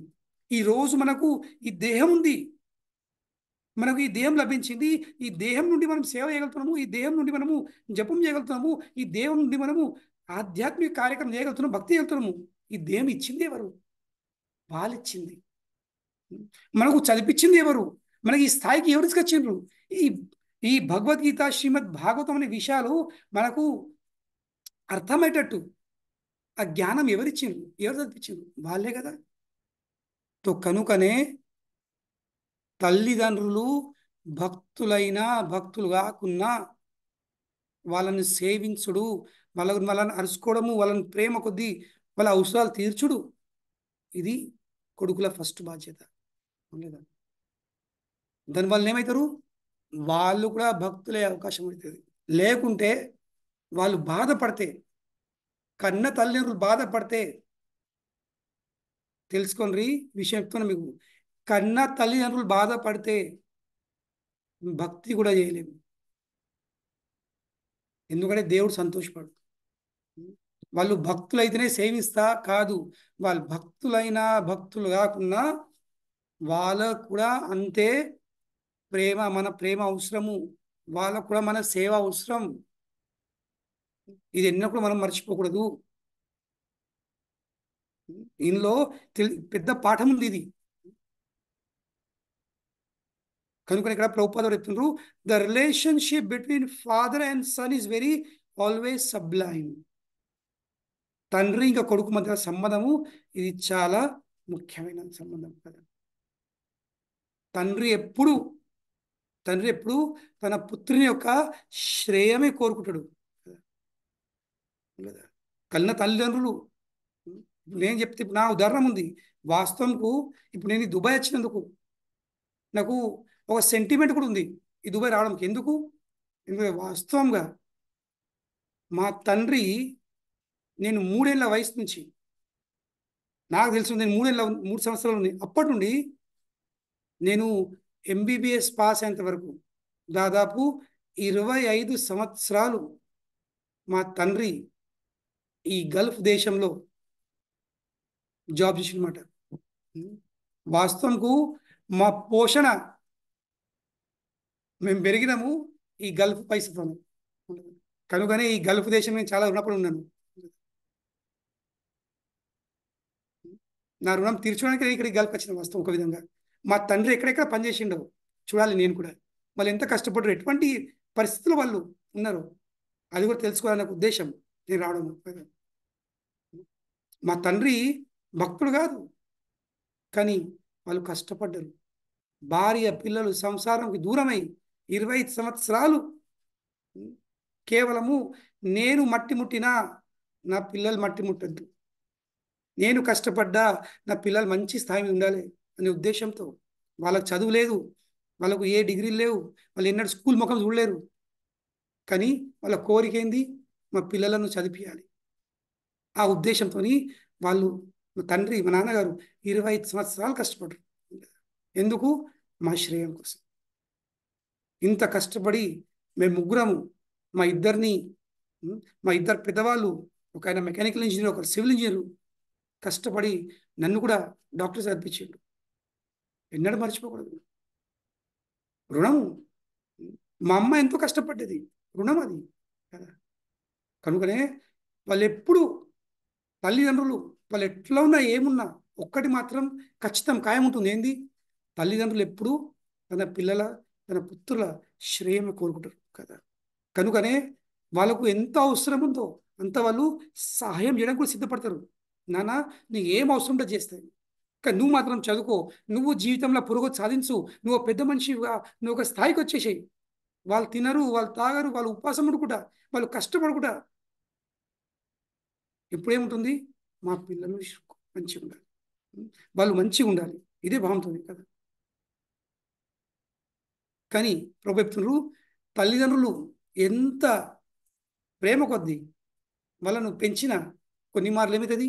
పుత్రులు వాళ్ళకున్న ఒక స్వేచ్ఛను దుర్వినియోగం చేసుకొని వాళ్ళు చెడిదారి పడతారు, వాళ్ళు చెడిదారి పడతారు కదా. కానీ అటువంటి పరిస్థితి రాకుండా ఎప్పుడైతే ఎలాంటి కపటం లేకుండా, ఎలాంటి తన ప్రత్యేకమైన ఆలోచన లేకుండా కొడుకు తండ్రి మాట వినడానికి సిద్ధపడతాడు కదా. If the son is unreservedly willing to be guided by the father is 10 times more eager to instruct and guide him by all means. కొడుకు గల నానా నువ్వు చెప్పిందే పాటిస్తని ఉత్సాహం చూపించిండా, తండ్రి ఏం చేస్తాడు, నానా నువ్వు ముంగడికెళ్ళు, నేను వెనుకలు ఉంటా లేదా. తండ్రి గైడ్ చేయడానికి సిద్ధంగా ఉంటాడు. ఎన్ని రేట్లు? 10 రేట్లు లెక్క. ఎందుకంటే వాళ్ళకి ఏముంది? అనుభవం ఉంది. ఇక అందరికీ ఎక్కువ ఏముంది? వాళ్ళకు ప్రేమ ఉంది. నా కొడుకు ముంగడికి వెళ్ళాలి, నా కొడుకు సమాజంలో ఒక పొజిషన్ రావాలి. సో కనుకనే ప్రతి ఒక్క కొడుకు ఏం చేయాల్సింది? తండ్రి యొక్క భావంని తెలుసుకొని, నా తండ్రి సిద్ధంగా ఉన్నాడు, వాళ్ళు నాకు తోడ్పడడానికి తోడ్పడడానికి సిద్ధంగా ఉన్నాడు అని తెలుసుకొని ఏం చేయాల్సింది? ఈ అవకాశంని సద్వినియోగం చేసుకోవాల్సింది. సో ఇదే సంబంధము తండ్రి కొడుకు మధ్య సంబంధం మనకి ఇక బ్రహ్మదేవుడు ఇంకా స్వయంభూ మధ్య జరిగిన ఈ చర్చతో తెలుస్తుంది అనమాట. ఈ చర్చ చాలా గొప్పమైనది. ఇక్కడ ఈ అధ్యాయం పేరు వరాదేవుని యొక్క ఆవిర్భావం ఉంది, కానీ వాస్తవంకి ఈ 2-3 శ్లోకాలే ఈరోజు మన కోసము చాలా ముఖ్యమైన శ్లోకాలు ఉన్నాయి కదా. ఎందుకు? మనం భక్తి చేస్తున్న మంచిదే, కానీ అందరు భక్తి చేస్తున్నారు, కేవలం తండ్రి కూడా కాదు. అంటే వాస్తవం చెప్పాలో చెప్పొద్దో, ఈరోజు భార్య భర్తలు కూడా, భక్తులైనటువంటి భార్య భర్తల మధ్యలో కూడా సంబంధం మంచి లేదు. వాళ్ళు మంచి భక్తి చేస్తారు, కానీ ఇంట్లో సంబంధాలు మంచిగా ఉంటాయి. ఎందుకంటే వాళ్ళు భగవంతుని సేవ చేయడానికి ఉత్సాహపడతారు, కానీ ఒక్కరికొక సేవలు అందియరు. తెలుసుకోవాల్సింది, మనకు భక్తి చేయడానికి 2 అవసరం ఉంది. ఒక్కరికొకరు మనం తోడ్పడాల్సింది, మనం సాయం చేయాల్సింది. కనుకనే సంబంధాలు చాలా మంచి పెట్టుకోవాల్సింది. ఆధ్యాత్మికంతో పాటు భౌతికంగా కూడా మనము ఒక్కరి యొక్క అవసరాలు తీర్చుకోవాల్సింది. భౌతిక అవసరాలు కూడా చాలా ముఖ్యం. భౌతికంగా కూడా మనము అన్ని అవసరాలు తీర్చుకోవాల్సింది. భౌతికంగా స్థిరం ఉంటేనే మనము ఆధ్యాత్మికంగా చాలా ఈజీగా సులభంగా వెళ్తాం. ఇప్పుడు బృందావనంలో కదా ఒక పాట ఉందన్నమాట. పాట అంటే ఒక చిన్న కథ ఉంది. ఒక వ్యక్తి కృష్ణ భక్తి చేయడానికి సిద్ధపడ్డాడు. మేళ కంటిమాల వేసుకున్నాడు, తులసి మాల వేసుకున్నాడు. ఈ కంటిమాల వేసుకున్నంత వరకు ఇష్టం ఉన్న తిన్నాడు, ఇష్టం ఉన్నట్టు తాగిండు. కానీ కంటిమాల వేసుకునేసరికి ఏమైంది? ఏం బయట తినరాదు, ఏం తాగరదు, తో ఉపాసం ఉంటుంది, తిండి దొరుకుతుంది, భోజనం దొరుకుతుంది. తో చివరికి విసుక చేసేసాడు అంటుడు, భూకే పేట్ భజన్ హోయలాలా ఏలో తోరి కంటిమాల. పరిగడుపున జపం అవుతలేదు, కనుకనే కృష్ణ ఇగో నీ కంటిమాల నువ్వు తీసుకో, నేను తింటాది. సో కనుకనే మనకు అనిపిస్తుంది, లేదు నేను కేవలం భక్తి చేస్తా, నాకు భౌతిక అవసరం లేదు. కాదు, భౌతికంగా స్థిరంగా ఉంటే భక్తి కూడా సులభంగా అవుతుంది. భౌతికంగా కూడా అన్ని అవసరాలు తీర్చుకోవాల్సింది. అప్పుడు మనము ఎలాంటి టెన్షన్ లేకుండా భక్తి చేయగలుగుతాము. ఇంకా వాస్తవంగా ఇది నేను ప్రూఫ్ చేస్తా. ఎట్లా అంటే 6వ అధ్యాయం భగవద్గీతలో శ్రీకృష్ణ భగవానుడు ఏం చెప్తుండు? అర్జున్ అడిగే ప్రశ్న ఏంటది? అయ్యా మీరు ఇందాక చెప్పిన ఈ యోగ పద్ధతి, యోగ మార్గము సరే, అందరూ చక్కగా చేస్తే, చక్కగా పాటిస్తే, యశం పొందితే ఓకే, కానీ కొందరు పాస్ కాకపోతే, ఫెయిల్ అయితే వాళ్ళకైతే ఏంది? వాళ్ళు మధ్యలోనే పడిపోతే వాళ్ళకైతే ఏంది? ఇప్పుడు భగవంతుడు బాధపడకు, శుచినాం శ్రీమతాం గేహే యోగో భ్రష్టభి జాయతే. ఈ యోగ మార్గంలో భ్రష్టమైన వాళ్ళని ఏం ఇస్తాను? నేను ఉన్నతమైన కులంలో జన్మిస్తాను. వాళ్ళు చాలా ధనికులు జన్మిస్తారు, వాళ్ళకి చాలా అందంగా ఉంటారు, వాళ్ళకి చాలా బుద్ధి ఉంటుంది. ఎందుకు ఇవన్నీ 4 వరాలు ఎందుకు ఇస్తాను భగవానుడు? ఎందుకంటే ఉన్నతమైన కులంలో జన్మిస్తే ఏమవుతుంది? ఆటోమేటిక్లీ వాతావరణం చాలా ఆధ్యాత్మికంగా ఉంటుంది. భక్తి చేయడానికి చాలా సులభంగా భక్తి చేయగలుగుతూ వాతావరణం చాలా అనుకూలంగా ఉంటుంది. చాలా ధనికునిలో జన్మిస్తే ఏమవుతుంది? వానికి డబ్బు కోసం కష్టపడే అవసరం ఉండదు, లైఫ్ సెట్ అయి ఉంటుంది. సో వాడు భౌతికంగా టెన్షన్ తీసుకోకుండా ఫుల్ టైము వాడు భక్తి చేయగలుగుతాడు. అందంగా ఉంటే చాలా జనాలు ఆకర్షపడతాడు, వాడు ప్రచారం చేయగలుగుతాడు. చాలా బుద్ధి కలిగి ఉంటే వాడు ఈ శాస్త్రంని చాలా చక్కగా గ్రహించి జనాలకు చెప్పగలుగుతాడు. కనుకనే ఆధ్యాత్మిక జీవితం యొక్క పురోగతి కోసమే భగవానుడు అటువంటి యోగ భ్రష్టునికి ఈ 4 భౌతికమైనటువంటి వరాలు ఇస్తుంది. వాస్తవం భౌతికమే కదా, ఉన్నతమైన కులం కూడా భౌతికమే, ధనం కూడా, ధనికునికి జన్మించి అద్భౌతికమే, అందం భౌతికమే, బుద్ధి కూడా భౌతికమే. కానీ భక్తి జానికి అవి కూడా అవసరం ఉంది. కనుకనే అవి కూడా అవసరం ఉంది. కనుకనే ఇక్కడ the father and son relationship as exhibited here in the dealings of Brahma and Manu is excellent. ఇది చాలా గొప్పమైనది. ప్రతి ఒక్క తండ్రి కొడుకు మధ్యలో లేదా ప్రతి ఒక్క సంబంధంలో ఈ భావన ఉండాల్సింది. నేను మీ యొక్క సేవ సిద్ధంగా ఉండాల్సింది. మనము ఇతరుల సేవ, వాళ్ళు మన సేవ, మనం వాళ్ళ సేవ చేయడానికి సిద్ధంగా ఉండాల్సింది. అప్పుడు ఏమవుతాము, మనం కలిసిమెలిసి ముంగటికి వెళ్ళగలుగుతాం. కనుకనే ఇక్కడ ఈ ఎగ్జాంపుల్ ప్రోపే చెప్తుంది. ఇక్కడ both the father and the son are well qualified and their example should be followed by all mankind. ఈ ఉదాహరణని, ఈ ఆదర్శాన్ని ప్రతి ఒక్కరూ పాటించాల్సిందే. ఈ విషయం నేను యాక్చువల్లీ వాస్తవంగా ఈ విషయం ఎక్కడ చెప్తున్నాను. ఎందుకంటే భక్తి విషయం అందరు చెప్తారు, కానీ ఈ విషయాలు ఎవరు చర్చించరు.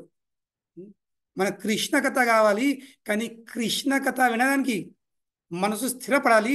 స్థిరపడడానికి సంబంధాలు మంచిగా ఉండాల్సింది. సంబంధాలు మంచిగా ఉంటే, పెద్దవాళ్ళ బ్లెస్సింగ్స్ వస్తే ఏమవుతుంది, మనసు స్థిరం ఉంటుంది. ఇక స్థిరమైన మనసుతో మనం మంచి భక్తి వెళ్తాం. కనుకనే పెద్దవాళ్ళను నేను నా ఫుల్ ఫోకస్ ఈరోజు ఇదే శ్లోకం మీద ఉంది. ఎన్నడూ కూడా మన ఇంట్లో ఉన్న పెద్దవాళ్ళను నిర్లక్ష్యం చేయకండి. వాళ్ళు భక్తులైనా భక్తులు కాకున్నా వాళ్ళకు కూడా మీ మీద అధికారం ఉంది. వాళ్ళకు కూడా మీ ప్రేమ అవసరము, వాళ్ళకు కూడా మీరు అవసరము. డబ్బు అవసరం కాదు, ఏదో మేము నెలకు డబ్బులు పంపిస్తుంది అవసరం కాదు. డబ్బుతో పాటు మీ ప్రేమ కూడా వాళ్ళకు అవసరమైనది. కొంచెము ప్రేమ కొద్ది వాళ్ళను పట్టించుకోవాల్సింది. దానివల్ల ఏమవుతుంది, ఈ జన్మంలో యశం, వచ్చే జన్మంలో కూడా మనకు యశం కలుగుతుంది కదా.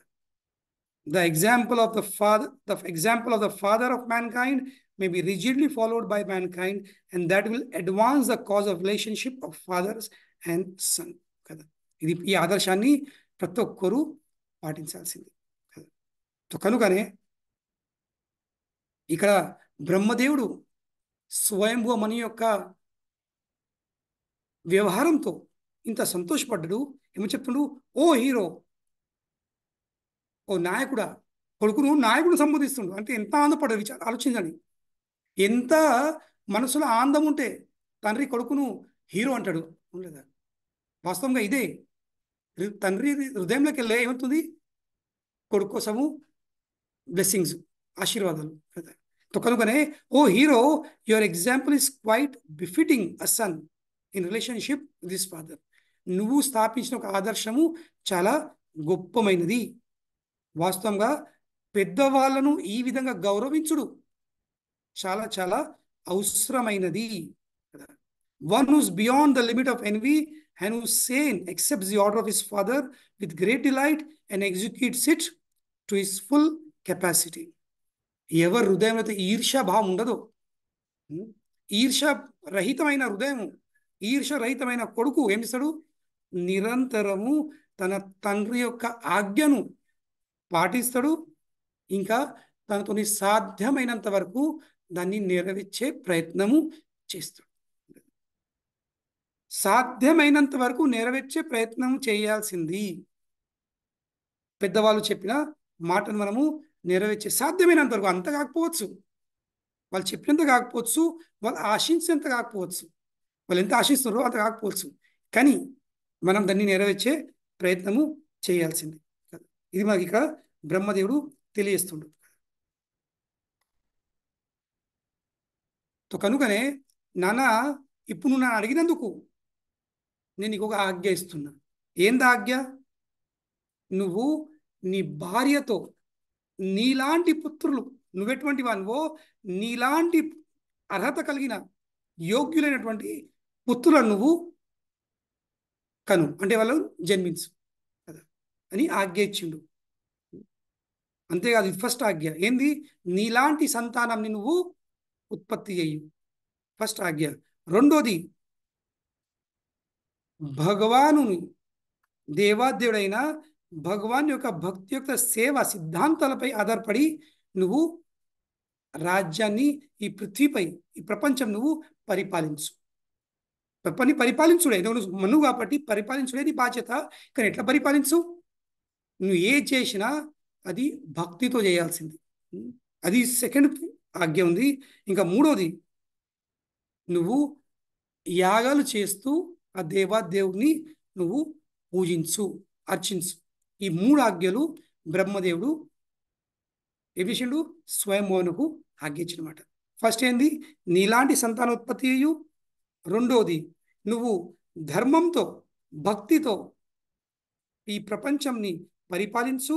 ఇంకా మూడవది, యాగాలు చేస్తూ నువ్వు ఆ దేవాదేవుడైన శ్రీకృష్ణ భగవాన్ని అర్చించు అని ఇక్కడ ఈ ఆజ్ఞ బ్రహ్మదేవుడు స్వయంభువునకు ఇస్తుండు కదా. మళ్ళీ ఏమని చెప్తుండు? ఒకవేళ నువ్వు గల ఈ ప్రపంచంలో ఉన్న ప్రతి ఒక్క జీవులను వాళ్ళకు సరైన సంరక్షణ కలిగించినట్లయితే, ఫస్ట్ ఉత్పత్తి చేయు, కేవలం ఉత్పత్తి చేసుడు కాదు, వాళ్ళకు సంరక్షణ కలిగియు. ఇది కనుక నువ్వు చేసినట్లయితే, ప్రతి ఒక్క జీవికి సరైనటువంటి సంరక్షణ, రక్షణ కలిగించినట్లయితే, అదే నా కోసము పెద్ద సేవ ఉంటుంది. మరి ఎందుకు ఈ మాట చెప్తుండు? ఎందుకంటే ఎప్పుడైతే దేవాదేవుడైన శ్రీకృష్ణ భగవానుడు లేక నారాయణుడు ఈ విషయం చూస్తాడో, బాబా ఈ వ్యక్తి ఈ ప్రపంచంలో ఉన్న ప్రతి ఒక్క జీవులకు సంరక్షణ కలిగిస్తుండో, అప్పుడు ఆ భగవానుడు ఆ వ్యక్తితో చాలా సంతోషపడతాడు.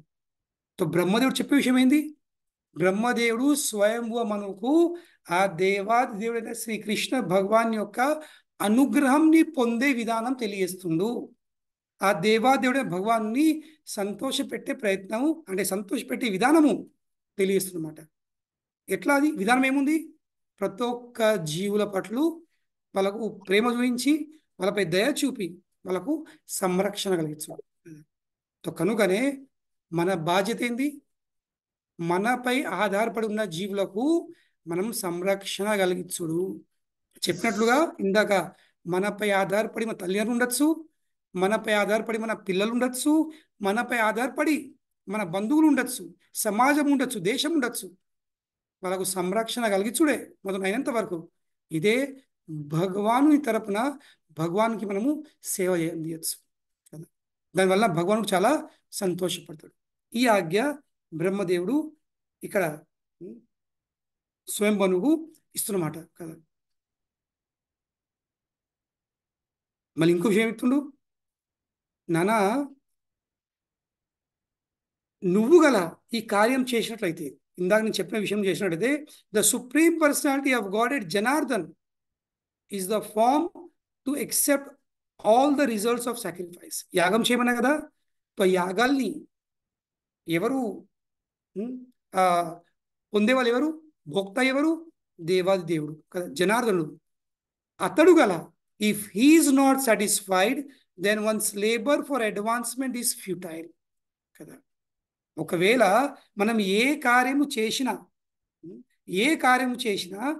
చేసే కార్యం ద్వారా ఆ దేవాదేవుడైన భగవానుడు ఆ కార్యంతో సంతోషపడకపోతే ఆ కార్యము వ్యర్థమే, శ్రమ ఏవహి కేవలం. దానివల్ల మనకు ఎలాంటి లాభము జరగదు కదా. తో కనుకనే వాస్తవంకు ఎవరైతే భగవానునికి సంతోషం కలిగకుండా ఏ కార్యం చేసినా బలిమిస్తారు, వాస్తవంగా తన యొక్క స్వలాభం, తన స్వార్థంని వాళ్ళు నిర్లక్ష్యం చేస్తున్నారు. తో కనుకనే ప్రతి ఒక్క వ్యక్తిది స్వార్థమైంది, ప్రతి ఒక్క వ్యక్తి స్వార్థమైంది భగవానుని చేరుకోవడం. భగవాను కృపకు పాత్రుడవుడే ప్రతి ఒక్క జీవిది స్వార్థం ఉండాల్సింది కదా. తో ఆ స్వార్థము మనం ఎలా నిర్లక్ష్యం ఇస్తాము? భగవానుని సంతోషపెట్టకుట. సో భగవాన్ సంతోషపెట్టకపోతే మనకు మన గతి లభించదు, మన స్వార్థం మనకు ప్రాప్తి కాదు కదా. సో కనుకనే మన జీవితంలో ప్రతి ఒక్క మానవుడు ఏం చేయాల్సింది, ఏ కార్యం చేసినా కదా, భాగవతం చెప్పినట్టు మన ఫస్ట్ క్యాంటోలో ధర్మ స్వానిష్ఠిత పుంసాన్ విశ్వక్సేన కథాసుయ నోత్ ఉత్పాదయేత్ యది రతిం శ్రమ ఏవై కేవలం. మనం ఏ కార్యం చేస్తున్నాం అది ముఖ్యం కాదు. ముఖ్యమైన విషయం ఏంది, ఆ కార్యం ద్వారా, మనం చేసే కార్యం ద్వారా మన హృదయంలో ఆ శ్రీకృష్ణ భగవాను పట్లు కథ, శ్రీకృష్ణ భగవాన్ యొక్క కథ పట్లు మన హృదయంలో రుచి ఉద్భవించకపోతే, ఆకర్షణ ఉద్భవించకపోతే ఆ కార్యము వేస్టే. కనుకనే అదే విషయం ఇక్కడ బ్రహ్మదేవుడు తెలుస్తున్నమాట. అయ్యా స్వయంభువా, ఓ నా పుత్రుడా, నువ్వు ఏ చేసినా దేనికోసం చెయ్యు, అది శ్రీకృష్ణ భగవాన్ యొక్క ప్రత్యార్థం కోసం చెయ్యు. శ్రీకృష్ణ భగవాన్ సంతోషపడకపోతే ఆ కార్యం అంతా వ్యర్థమైపోతుంది. ఎట్లా వ్యర్థమవుతుంది, నువ్వు నీ లక్ష్యంని నిర్లక్ష్యం చేసినట్టు అయిపోతుంది. కనుకనే నువ్వు ఈ విధంగా పరిపాలించని చెప్పాడు. ఈ ఆజ్ఞ బ్రహ్మదేవుడు ఇచ్చిండు. అయితే నేను ఇక్కడే ముగిస్తాను. ఎవరికన్నా ప్రశ్న ఉంటే అడగచ్చు. మనకు ఇంకా ఒక 5 నిమిషాలు ఉన్నాయి. ఏదైనా ప్రశ్న ఉంటే, ఇందాక వాస్తవంగా ఈ మొత్తం అధ్యాయం ఇంత పెద్దగా ఉంది. ఇందులో ప్రభుపాద వారు ఇన్ని చక్కని విషయాలు తెలియజేస్తున్నారు. నేను జస్ట్ ఒక్క రెండు పొరపాటు పట్టినాను.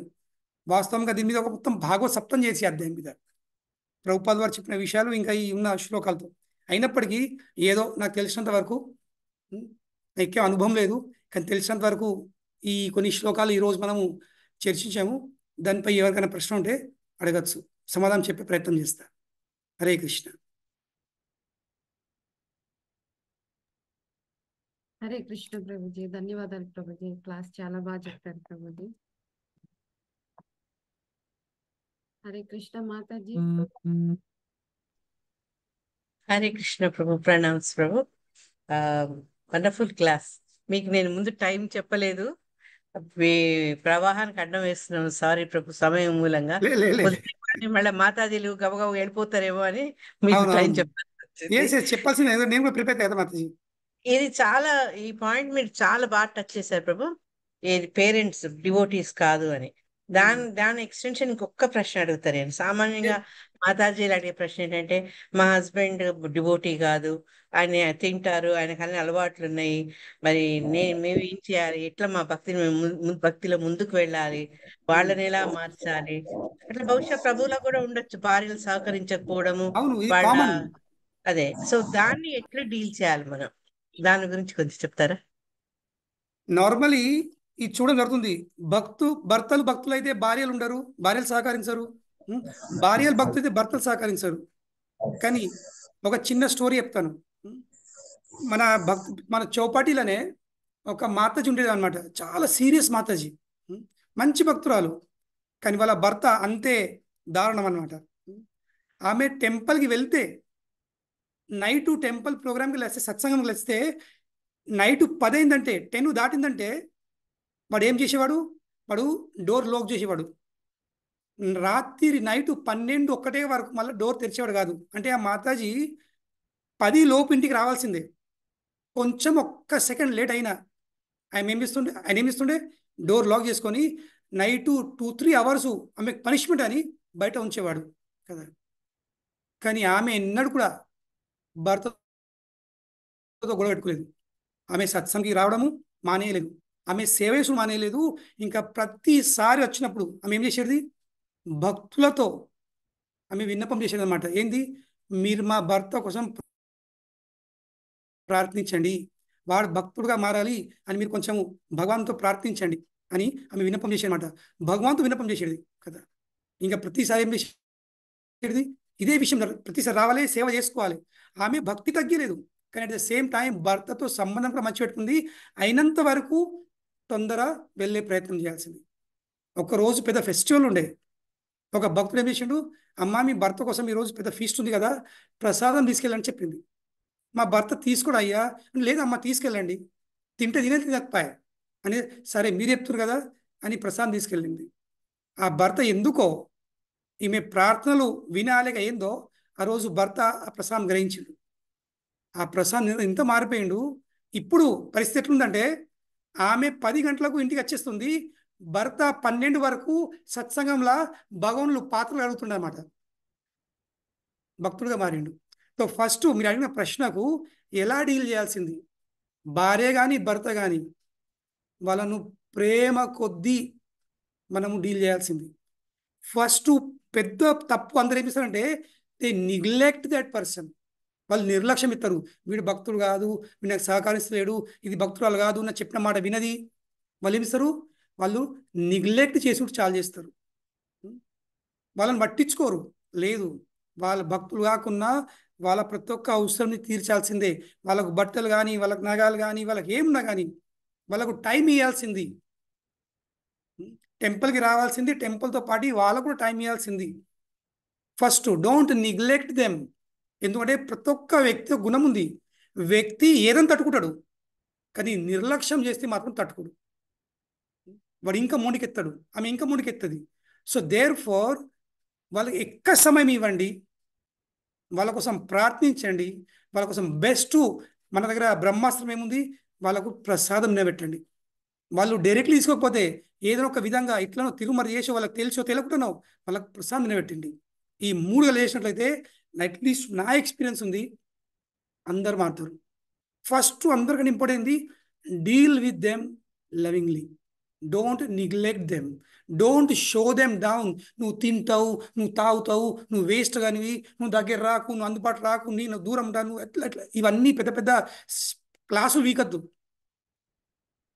మనం కొంచెం వింటాము, 5 నిమిషాల క్లాస్ వింటాము, ఇంటికి పోయి గంట సేపు క్లాస్ చెప్తాం, అది కాదు.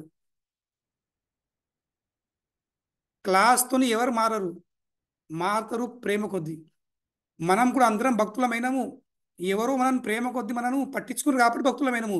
క్లాసులు నేరు భక్తులు కాలేరు. మనం ఫస్ట్ టైం భక్తుల విషయం వెళ్తే అక్కడ ఉన్న లీడర్ మనం ప్రేమ కొద్ది మనం అరుచుకున్నారు, ప్రభుజీ మాతాజీ కూర్చోండి, ప్రసాదం తీసుకోండి, మనం ప్రేమ కొద్ది అరుచుకున్నారు. వాళ్ళు ఆ ప్రేమను చూసి మనం మారినాము. క్లాస్ విని ఎవరు మారలేరు, చాలా తక్కువ. కనుకనే అందరికంటే పెద్ద బ్రహ్మాస్త్రం ఉంది, అవర్ లవింగ్ డీలింగ్స్. మన ప్రేమ సంబంధాలు. వాళ్ళు భక్తులైన భక్తులాగాని వాళ్ళని ప్రేమకు చూసుకుంటారు. ఖచ్చితంగా అట్లీస్ట్ నా ఎక్స్పీరియన్స్ ఉంది, వాళ్ళు ఖచ్చితంగా మారుతారు. అంటే నేను ఎగ్జాంపుల్ చెప్తాను. బొంబాయిలో మా కౌన్సిల్స్, నేను బాంబేలో ఉన్నప్పుడు మా పిల్లలందరూ అందరు పెళ్ళైనాయి. ఇప్పుడు మీకు తెలుసుంటే మా చౌపాటి మందిరము సముద్రం ఒడ్డు మీద ఉండేది. సో వాళ్ళ దాదాపు 90% పెళ్ళిళ్ళు నాన్ డివోటీ అమ్మాయితోనైంది కదా. ఇప్పుడు వీళ్ళు ప్రభుజీ అమ్మాయి డివోటీ కాదు, ఎట్లా ఎట్లా అయినా చేసుకో, ఏం కాదు. వాళ్ళకు నేను స్ట్రిక్ట్ ఇన్స్ట్రక్షన్ ఇచ్చిన, ఆ అమ్మాయిని మీరు సండే టెంపుల్ తీసుకురావాలి, 12 నుంచి 3 వరకు టెంపుల్లో టైం గడపాలి. దాని తర్వాత 3 తర్వాత ఇంటికి పోకూడదు. 3 తర్వాత వాళ్ళకు సముద్రం ఒడ్డుకు తీసుకెళ్ళండి. సముద్రం 3 నుంచి సాయంత్రం 6, 7, 8, 9 వరకు టెంపుల్లో 2-3 గంటలు ఉంటే వాళ్ళతో సముద్రం ఒడ్డు మీద మీరు 3-4 గంటలు గడపాల్సిందే. Love them. వాళ్ళకి టైం ఇవ్వండి, వాళ్ళకు కావాల్సిన వస్తువు ఇవ్వండి, వాళ్ళకు తినబెట్టండి. అందులో ఉల్లిపాయలపై ఉండొచ్చు, తినబెట్టండి. Make them happy, make them feel comfortable, make them feel that you love them. ఈ ఒక్క ఫీలింగ్ కలిగిందా, నేను చెప్తున్నా దాదాపు 100% అమ్మాయిలు అందరు భక్తులుగా మారింది. మనం వాళ్ళ మాట వింటే వాళ్ళు మన మాట వింటారు, మనం వాళ్ళని ప్రేమిస్తే వాళ్ళు మనం ప్రేమిస్తారు. ఇది సింపుల్ ఫార్ములా ఉంది, గివ్ అండ్ టేక్. ఇది చేస్తే అట్లీస్ట్ నా ఎక్స్పీరియన్స్ ఉంది, if you deal with them very lovingly they will definitely change. చక్కటి సలహా ఇచ్చారు ప్రభు. సారీ, నేనే టైం తీసుకుంటా, మిగతా వాళ్ళకి ఇవ్వాలి. ఇంకొక ప్రశ్న అడుగుతా. ఇది మీరు భక్తులు అభక్తుల కాంబినేషన్ చెప్పారు. కొన్నిసార్లు ఇద్దరు భక్తులైనా కూడా ఫ్రిక్షన్స్ వస్తాయి. నీవు ఎక్కువ సేవలు చేస్తున్నావు, ఇల్లు పట్టించుకోవట్లేదు, నీకు ఎప్పుడు ఆన్లైన్ క్లాసులు సరిపోతున్నాయి, ఇల్లు నీట్ గా పెట్టుకోవట్లేదు, ఇట్లాంటివన్నీ కూడా వింటుంటాం మనం. దాన్ని ఎట్లా డీల్ చేయాలి మనం? కనుకనే I'm very strict about this. ఇప్పుడు నేను చెప్తున్నా, దయచేసి ఎవరు అపార్థం చేసుకోకండి. ప్లీజ్ ఫర్గివ్ మీ, ఎవరైనా బాధ అనిపిస్తే ఫర్గివ్ చేయండి. ఇప్పుడు ఉన్న సమయంలో ఇస్కాన్ల డైవోర్స్ రేట్లు బయట వాళ్ళకంటే ఎక్కువ ఉన్నాయి. ఎందుకంటే ఇప్పుడు ప్లీజ్ మళ్ళీ ఒకసారి క్షమాపణ కోరుకుంటున్నాను. ఇప్పుడు ఇస్కాన్లో ఉన్న అమ్మాయిలు they are number 1 devotees. But they are zero poor house managers. So కనుకనే మీలాంటి మహానుభావులు కౌన్సిలర్స్, మీ పెద్ద బాధ్యత అమ్మాయిలకు ఇంట్లో కూడా చూసుకోవాల్సింది. They should take care of the house. ఏదో భర్తను వదిలేసి ఇప్పుడు సత్సంగం ఉంది, ఈ మహారదత్తుండ్రు ఆ మహారదత్తుండ్రు, నేను సత్సంగం వెళ్తా, నేను క్లాస్ వింటా, భర్తకు టిఫిన్ చెయ్య అది చెయ్య. No, first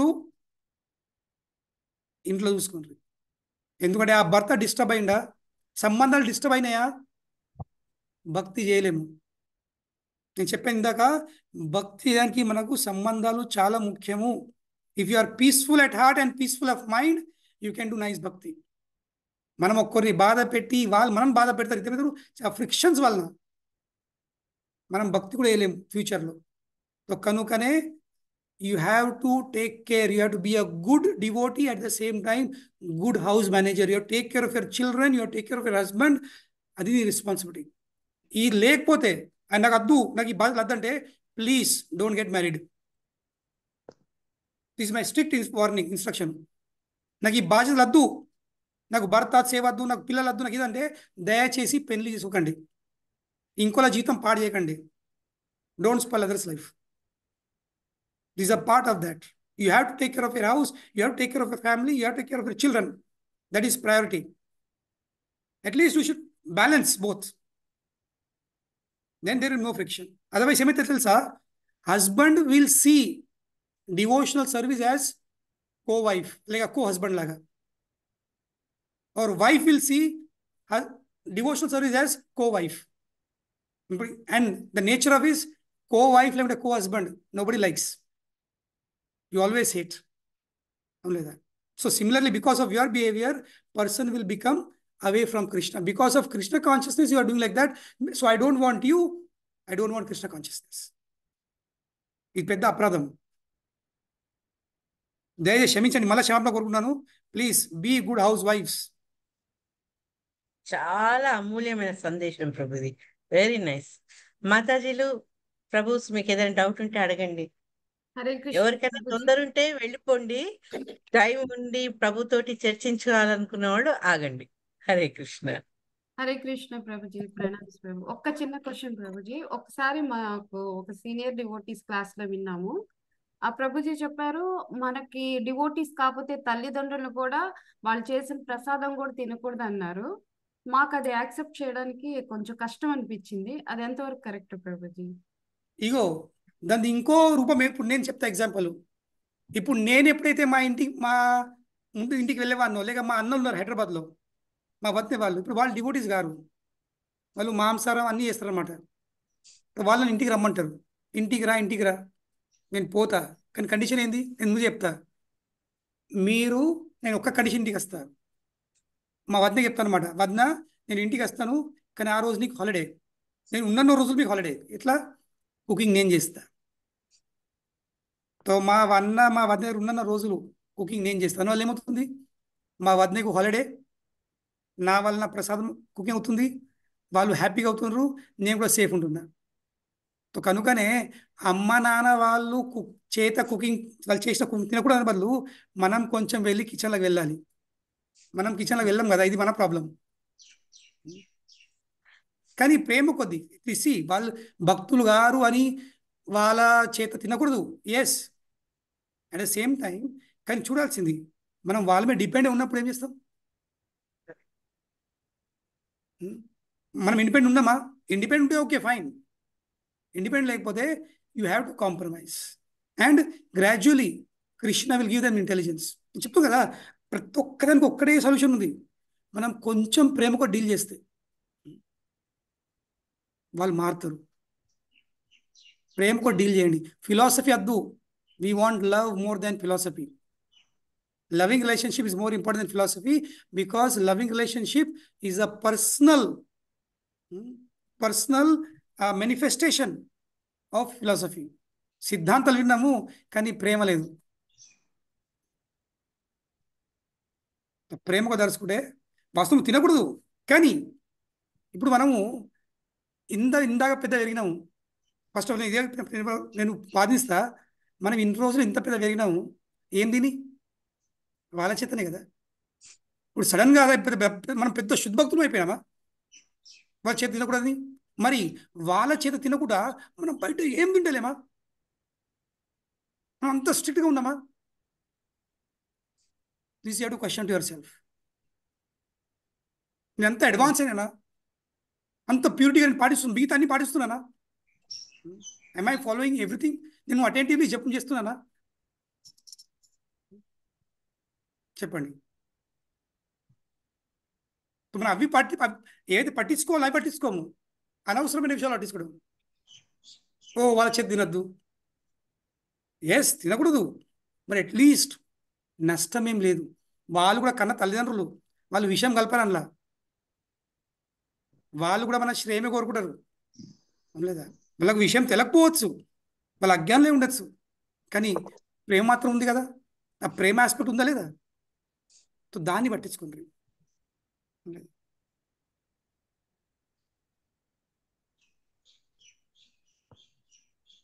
do not be ఫెనాటిక్స్.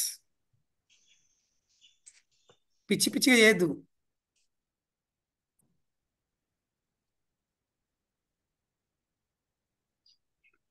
మాతాజీలు మీరు అన్మ్యూట్ చేసుకొని ప్రభువుని డౌట్స్ అడగొచ్చు.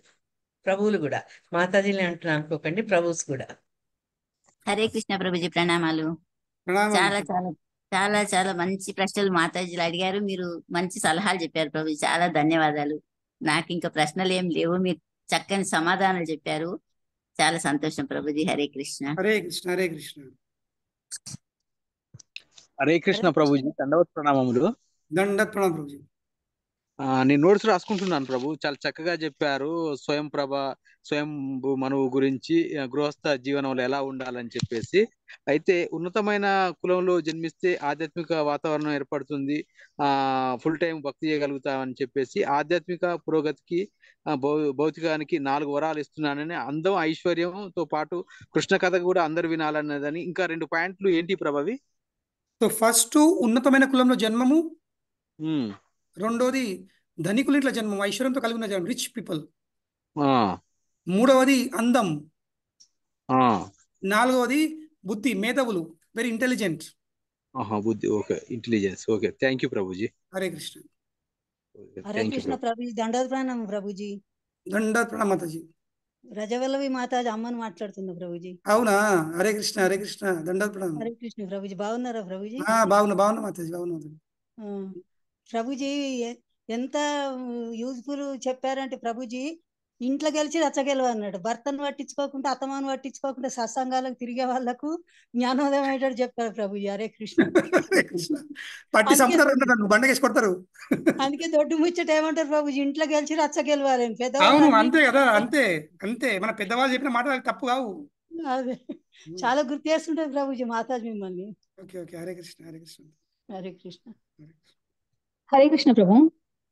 ప్రభు, మనం ఇంట్లో డైటీస్ పెట్టుకుంటాం కదా, అంటే జగన్నాథ్ ఉంటాడు, రాధాకృష్ణ ఉంటారు, తర్వాత లడ్డు గోపాల్ ఉంటారు కదా ప్రభు. ఎప్పుడైనా ఇంటికి వెళ్ళేటప్పుడు డౌట్ ఏమొస్తుందంటే, అంటే వేరే మాతాజీస్ దగ్గర పెట్టేసి వెళ్తాం కదా, అందరినీ పెట్టాలా లేకపోతే ఎలా ఆఫర్ చేసేటప్పుడు కూడా ఒక్కొక్కసారి డౌట్ వస్తుంది ప్రభు, ఎలా ఆఫర్ చెయ్యాలి ఎవరికి అనేది అర్థం కాదు. ఇగో ఫస్ట్ విషయము ప్రభు, నేను మీకు ప్రశ్న అడుగుతా. ఎస్ ప్రభు. మీరు ఎక్కడికన్నా వెళ్తే మీ పిల్లలను, మీ పాపని కానీ మీ చిన్న బాబాని కానీ మీరు మందికి ఇచ్చిపోతారా? అంటే కొన్ని తప్పదు కదా ప్రభు, ఇంట్లో అమ్మ వాళ్ళ దగ్గర కొంచెం ప్రాబ్లం అవుతుంది ప్రభు, ఎందుకంటే నాన్ వెజిటేరియన్స్ అందరం. అదే అడిగే ప్రశ్న ఏంటంటే, మనం ఏదో కొన్ని రోజుల కోసం చూస్తాం. నార్మలీ ఈ వెస్టర్న్ కల్చర్ ఎక్కడికి వచ్చిందో తెలియదు. ఈ వెస్టర్న్ ఇవన్నీ పాటిస్తారు, మనం బయట వెళ్తా ఉంటే మన డీటీస్ని ఇంకోళ్ళకి ఇవ్వాలని. ఒక్క విషయం గుర్తుంచుకోరు, డీటీ వర్షిప్లో ఒక సిద్ధాంతం తెలుసుకోండి. డీటీస్కి ఎవరు సేవ అందిస్తుండ్రో డీటీస్ వాళ్ళ మూడ్ని ఎక్సెప్ట్ చేస్తుంది. ఏ విధంగా అయితే మన పిల్లలు మనకు అలవాటైతారో, మన వంటకాలకు, మన ప్రేమకు, మన అన్ని పద్ధతులకు అలవాటైపోతారో, అదే విధంగా మన ఇంట్లో ఉన్న డీటీస్ కూడా మనకు అలవాటు అయిపోతారు. సో అటువంటి పరిస్థితిలో మనకు అలవాటైన డీటీస్ని ఇంకోళ్ళకి ఇవ్వడము. ఇప్పుడు మీరెంత ప్రేమ కొద్దీ మీ పిల్లలను చూసుకుంటారో ఇతరులు ఏమైనా చూసుకుంటారా? చూసుకోగలుగుతారా? మీరు అంటే ప్రేమ మీరు ప్రేమ అప్పుడు కొద్దీ ఎంత ప్రేమ తినబెడతారో ఇతరులు తినబెట్టగలుగుతారా? ఇది నా ప్రశ్న. ప్రభు నా పిల్లల్ని కూడా ఒక్కోసారి ఉంచాల్సి వస్తుంది ప్రభు. కాదు, ఉంచాల్సి వస్తుంది. కానీ నా ప్రశ్న ఏంది, అంత ప్రేమ కొద్దీ వాళ్ళు అరుచుకుంటారా, చూసుకుంటారా? అంటే ఇది నా ప్రశ్న. నమ్మకం. అది ప్రభు ఇక్కడ ఈ మాతాజీ చూసేదే చూసుకుంటారని నమ్మకం ప్రభు. కాదు, అది కాదు. నేను మీకు అడుగుతున్న ప్రశ్న, చూసుకుంటారా? ఇప్పుడు మీరు తల్లి ఉన్నారు, ఓకే. చూసుకోరు. ఎందుకంటే ప్రతి ఒక్క సంబంధం యూనిక్ ఉంది.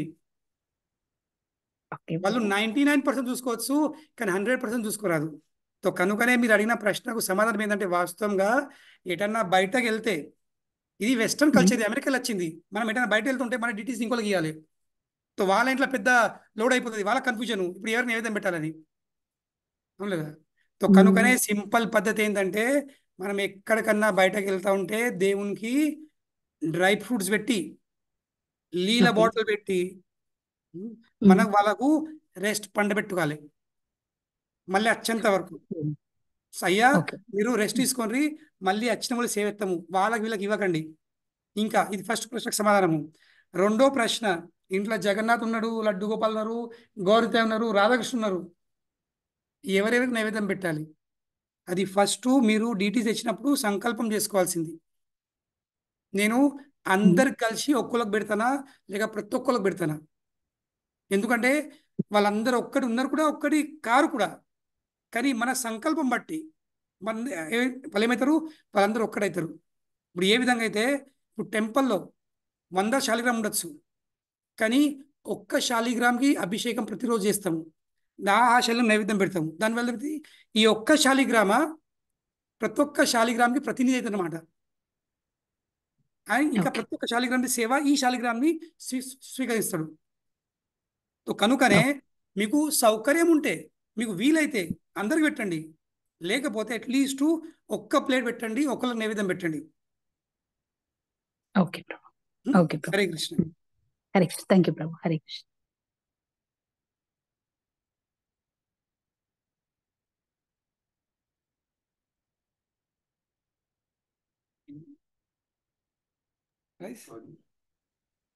హరే కృష్ణ. ఇంకా ఏమైనా సందేహాలు ఉన్నాయా? హరే కృష్ణ మాతాజీ ప్రణామం. ఆ, ప్రభుజీ ప్రణామాలు ప్రభుజీ. ప్రణామం. హరే కృష్ణ. దివ్య గోదాకేశ్వరి నిన్న నిన్నటి నుంచి మీ చట్నీ గుర్తుకొస్తుంది నాకు, మామిడికాయ కొబ్బరి చట్నీ. వాళ్ళు ఎప్పుడు తింటాను అనిపిస్తుంది.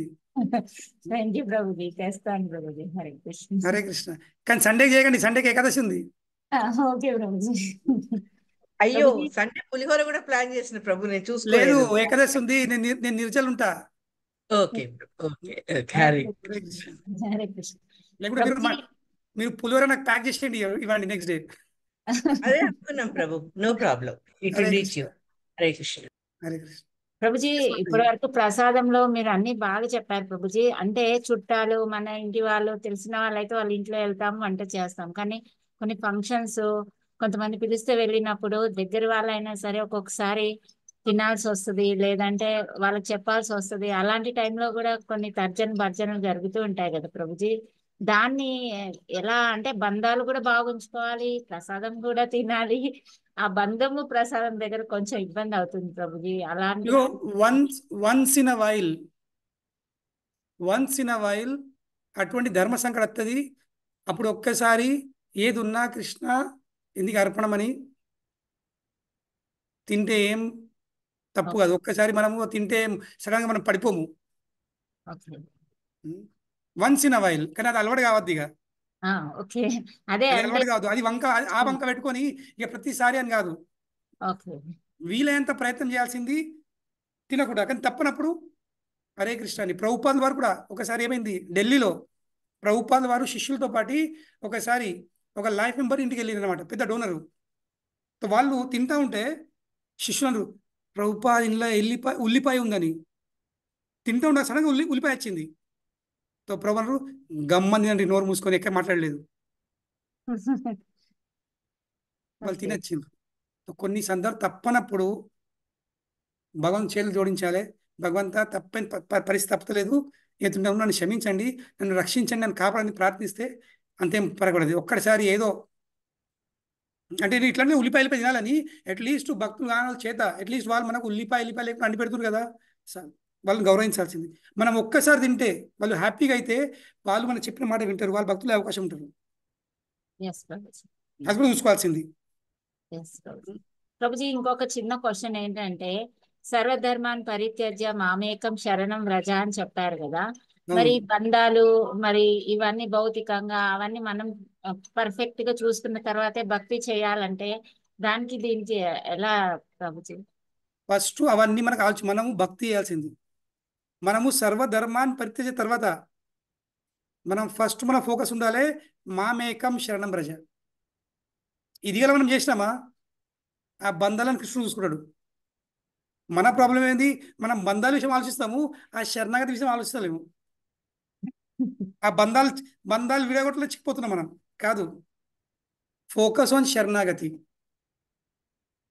అంటే మనం బంధాలు ఉండడం వల్ల శరణాగతి పొందుతలేమో అనే ఫీలింగ్ లే లే లే లే లే లే ఆ ఫీలింగ్ లేదు. మనం భక్తి కట్టి చేసినామా ఆ బంధాలు ఆటోమేటిక్లీ ఒక్కొక్కటి వెళ్ళిపోతాయి. ఎందుకంటే భక్తి ముఖ్యం, బంధాలు ముఖ్యం కాదు.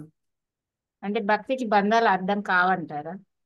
అయితాయి, కానీ ఎప్పుడైతే భక్తి బలహీనంగా అయితే, ఇప్పుడు ఇప్పుడు నేను నడుస్తున్నా, నా మూడవ వ్యక్తి ఎత్తాడు చాలా నాకంటే బలిష్టంగా ఉన్నాడు, వాడు బలిష్టం అది పాయింట్ కాదు, నేను బలహీనంగా ఉన్న అది పాయింట్ ఉంది. కనుకనే మనం బలిష్టంగా అయితే మనం బంధాలు వచ్చినా కానీ ఆటంకమైన కొట్టి పారిస్తాము. మనం చేస్తున్నాము, మనము ఆ బంధాలను నువ్వు బాగా బలిష్టంగా ఉన్నావురా, నువ్వు బలహీనంగా అని చెప్తాం. కాదు, వాంచి బదులు వీ షుడ్ బికమ్ స్ట్రాంగ్. శరణాగతి ఇటు భగవంతుడిని రెండింటిని చూసుకోవాలి, కెపాసిటీ మనం సంపాదించుకోవాలి. ఇది ఒక్కటి ఏరి ఫస్ట్ భగవంతుని చక్కగా చూసుకోండి. భగవానుడు బంధాలు చూసుకుంటాడు, he will take care of the బంధాలను, ఆటంకాలు బంధాలు అన్నింటినీ భగవంతుడు చూసుకుంటాడు.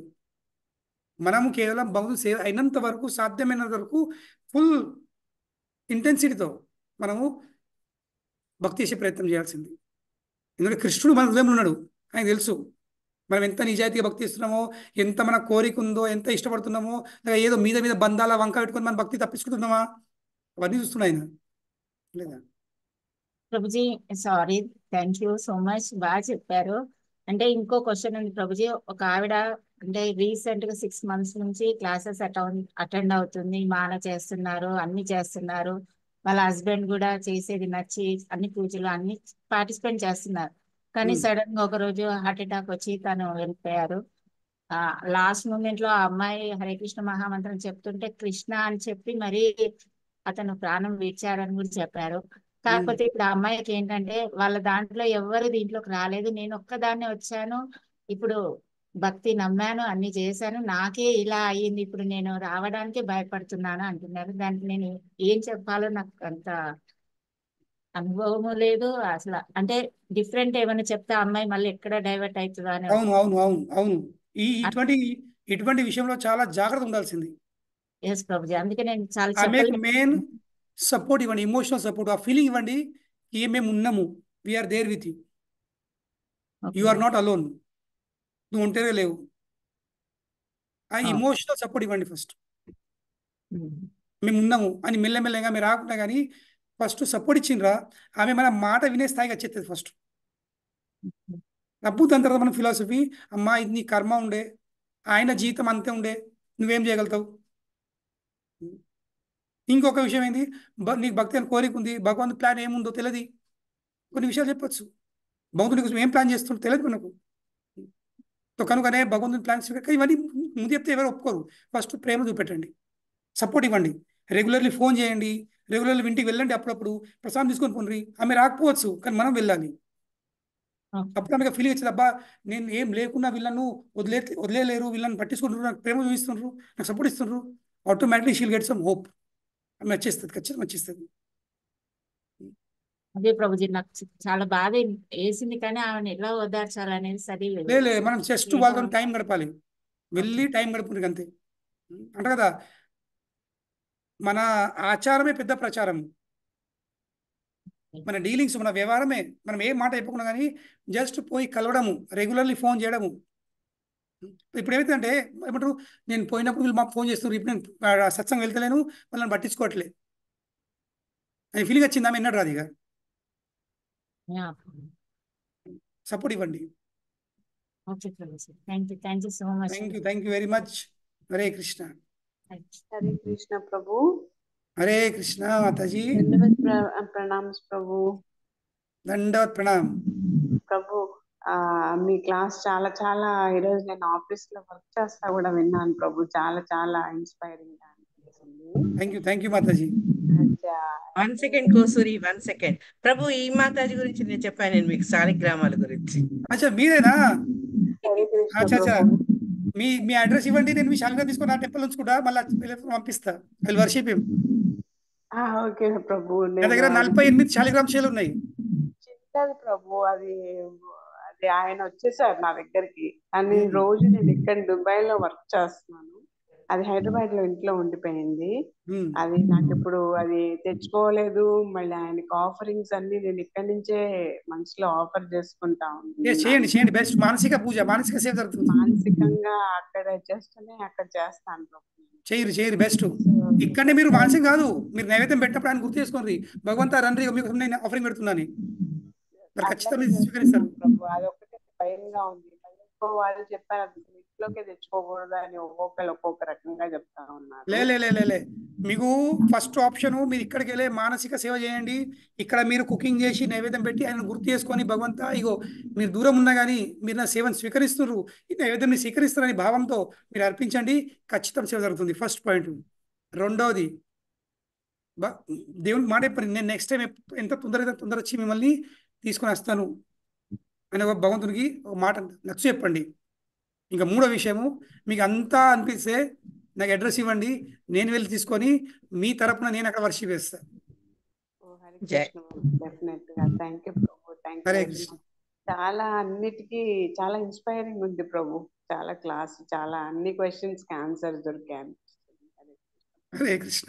రేఖా మాతాజీకి చెప్పాలి థ్యాంక్స్. ఎందుకంటే మాతాజీ అన్నారు కనెక్ట్ అవ్వమన్నారు. ఈ రోజు కొంచెం వర్క్ కూడా తక్కువ ఉండి కనెక్ట్ అయ్యాను కాబట్టి ఎంతో బాగా ఉంది. Hare Krishna. Thank you Mataji. Hare Krishna. Hare Krishna. Hare Krishna Prabhuji. Sorry, ఇంకొక క్వశ్చన్ ప్రభుజీ. ఇది రెగ్యులర్ సారీ ఎందుకు అడగండి. అంటే రెగ్యులర్ లేడీస్ కి వచ్చే ప్రాబ్లం, మంత్లీ ప్రాబ్లమ్స్ ఉంటాయి కదా, ఆ టైంలో ఇంట్లో ఎవరు పూజ చేసేవాళ్ళు, దీపం పెట్టేవాళ్ళు లేనప్పుడు మనం ఎలా దాన్ని చేయాలి, ఏం చేయాలి అసలు? అది అంటే మానసికంగా చేయలేనని బాధ ఎక్కువగా ఉంటది. ఎందుకు బాధ? భగవాన్ తెలియదా మిమ్మల్ని అట్లా ఎవరు తయారు చేసిండ్రు? ఆ భగవానుడు మిమ్మల్ని అట్లా తయారు చేసిండ్రు, మీ అందులో కండిషన్ పెట్టిండు. యువర్ నాట్ రెస్పాన్సిబుల్ కదా, మీరు రెస్పాన్సిబుల్ కాదు కదా, తనే రెస్పాన్సిబుల్. కనుకనే బాధపడే అవసరం లేదు. మెంటలీ ఎవరు లేకపోతే భగవంతా ఇగో మీ సృష్టి ఉంది, ఆ సృష్టిలో నేను ఒక భాగంని, కనుకనే మీరు భరించాల్సిందే. మీరు 5 రోజులు తినక చేయక నైవేద్యం పెట్టుకుని ఆరతి లేకుండా మీరు ఉండాల్సిందని చెప్పి దండం పెట్టాల్సింది, ఇంకేం లేదు. బాధపడే అవసరం లేదు. అది కొంచెం కష్టంగా అనిపిస్తుంది ప్రభు. లేదు. కృష్ణ ఒక్క విషయం గుర్తుంచుకోండి, కృష్ణ ఈజ్ భావగ్రాహి జనార్దన. కృష్ణుడు మన భావను గ్రహిస్తాడు. కృష్ణుడికి మన పరిస్థితి తెలుసు, మన కండిషన్ తెలుసు. మన హృదయంలో పరమాత్మ రూపంలో ఉంటుండు. ఉపదృష్ట హనుమంతాచ భర్త భోక్త మహేశ్వర పరమాత్మ పిచ్చప్యుక్త దేహినస్మిన్ పురుష పరహ. ఉపదృష్ట అన్ని చూస్తున్నాడు ఆయన అన్ని తెలుసు. ఒక అనుకుని ఏం బాధపడే అవసరం లేదు. 5 రోజులు సేవ చేయనందుకు మిగతా 25 రోజులు ఇంకా ఎక్కువ చేయండి. కాంపెన్సేషన్ మంచిగా 2-3 ఐటెంలు ఎక్కండి. మంచిగా కొబ్బరి చట్నీ అండి, పులిహోర అండి.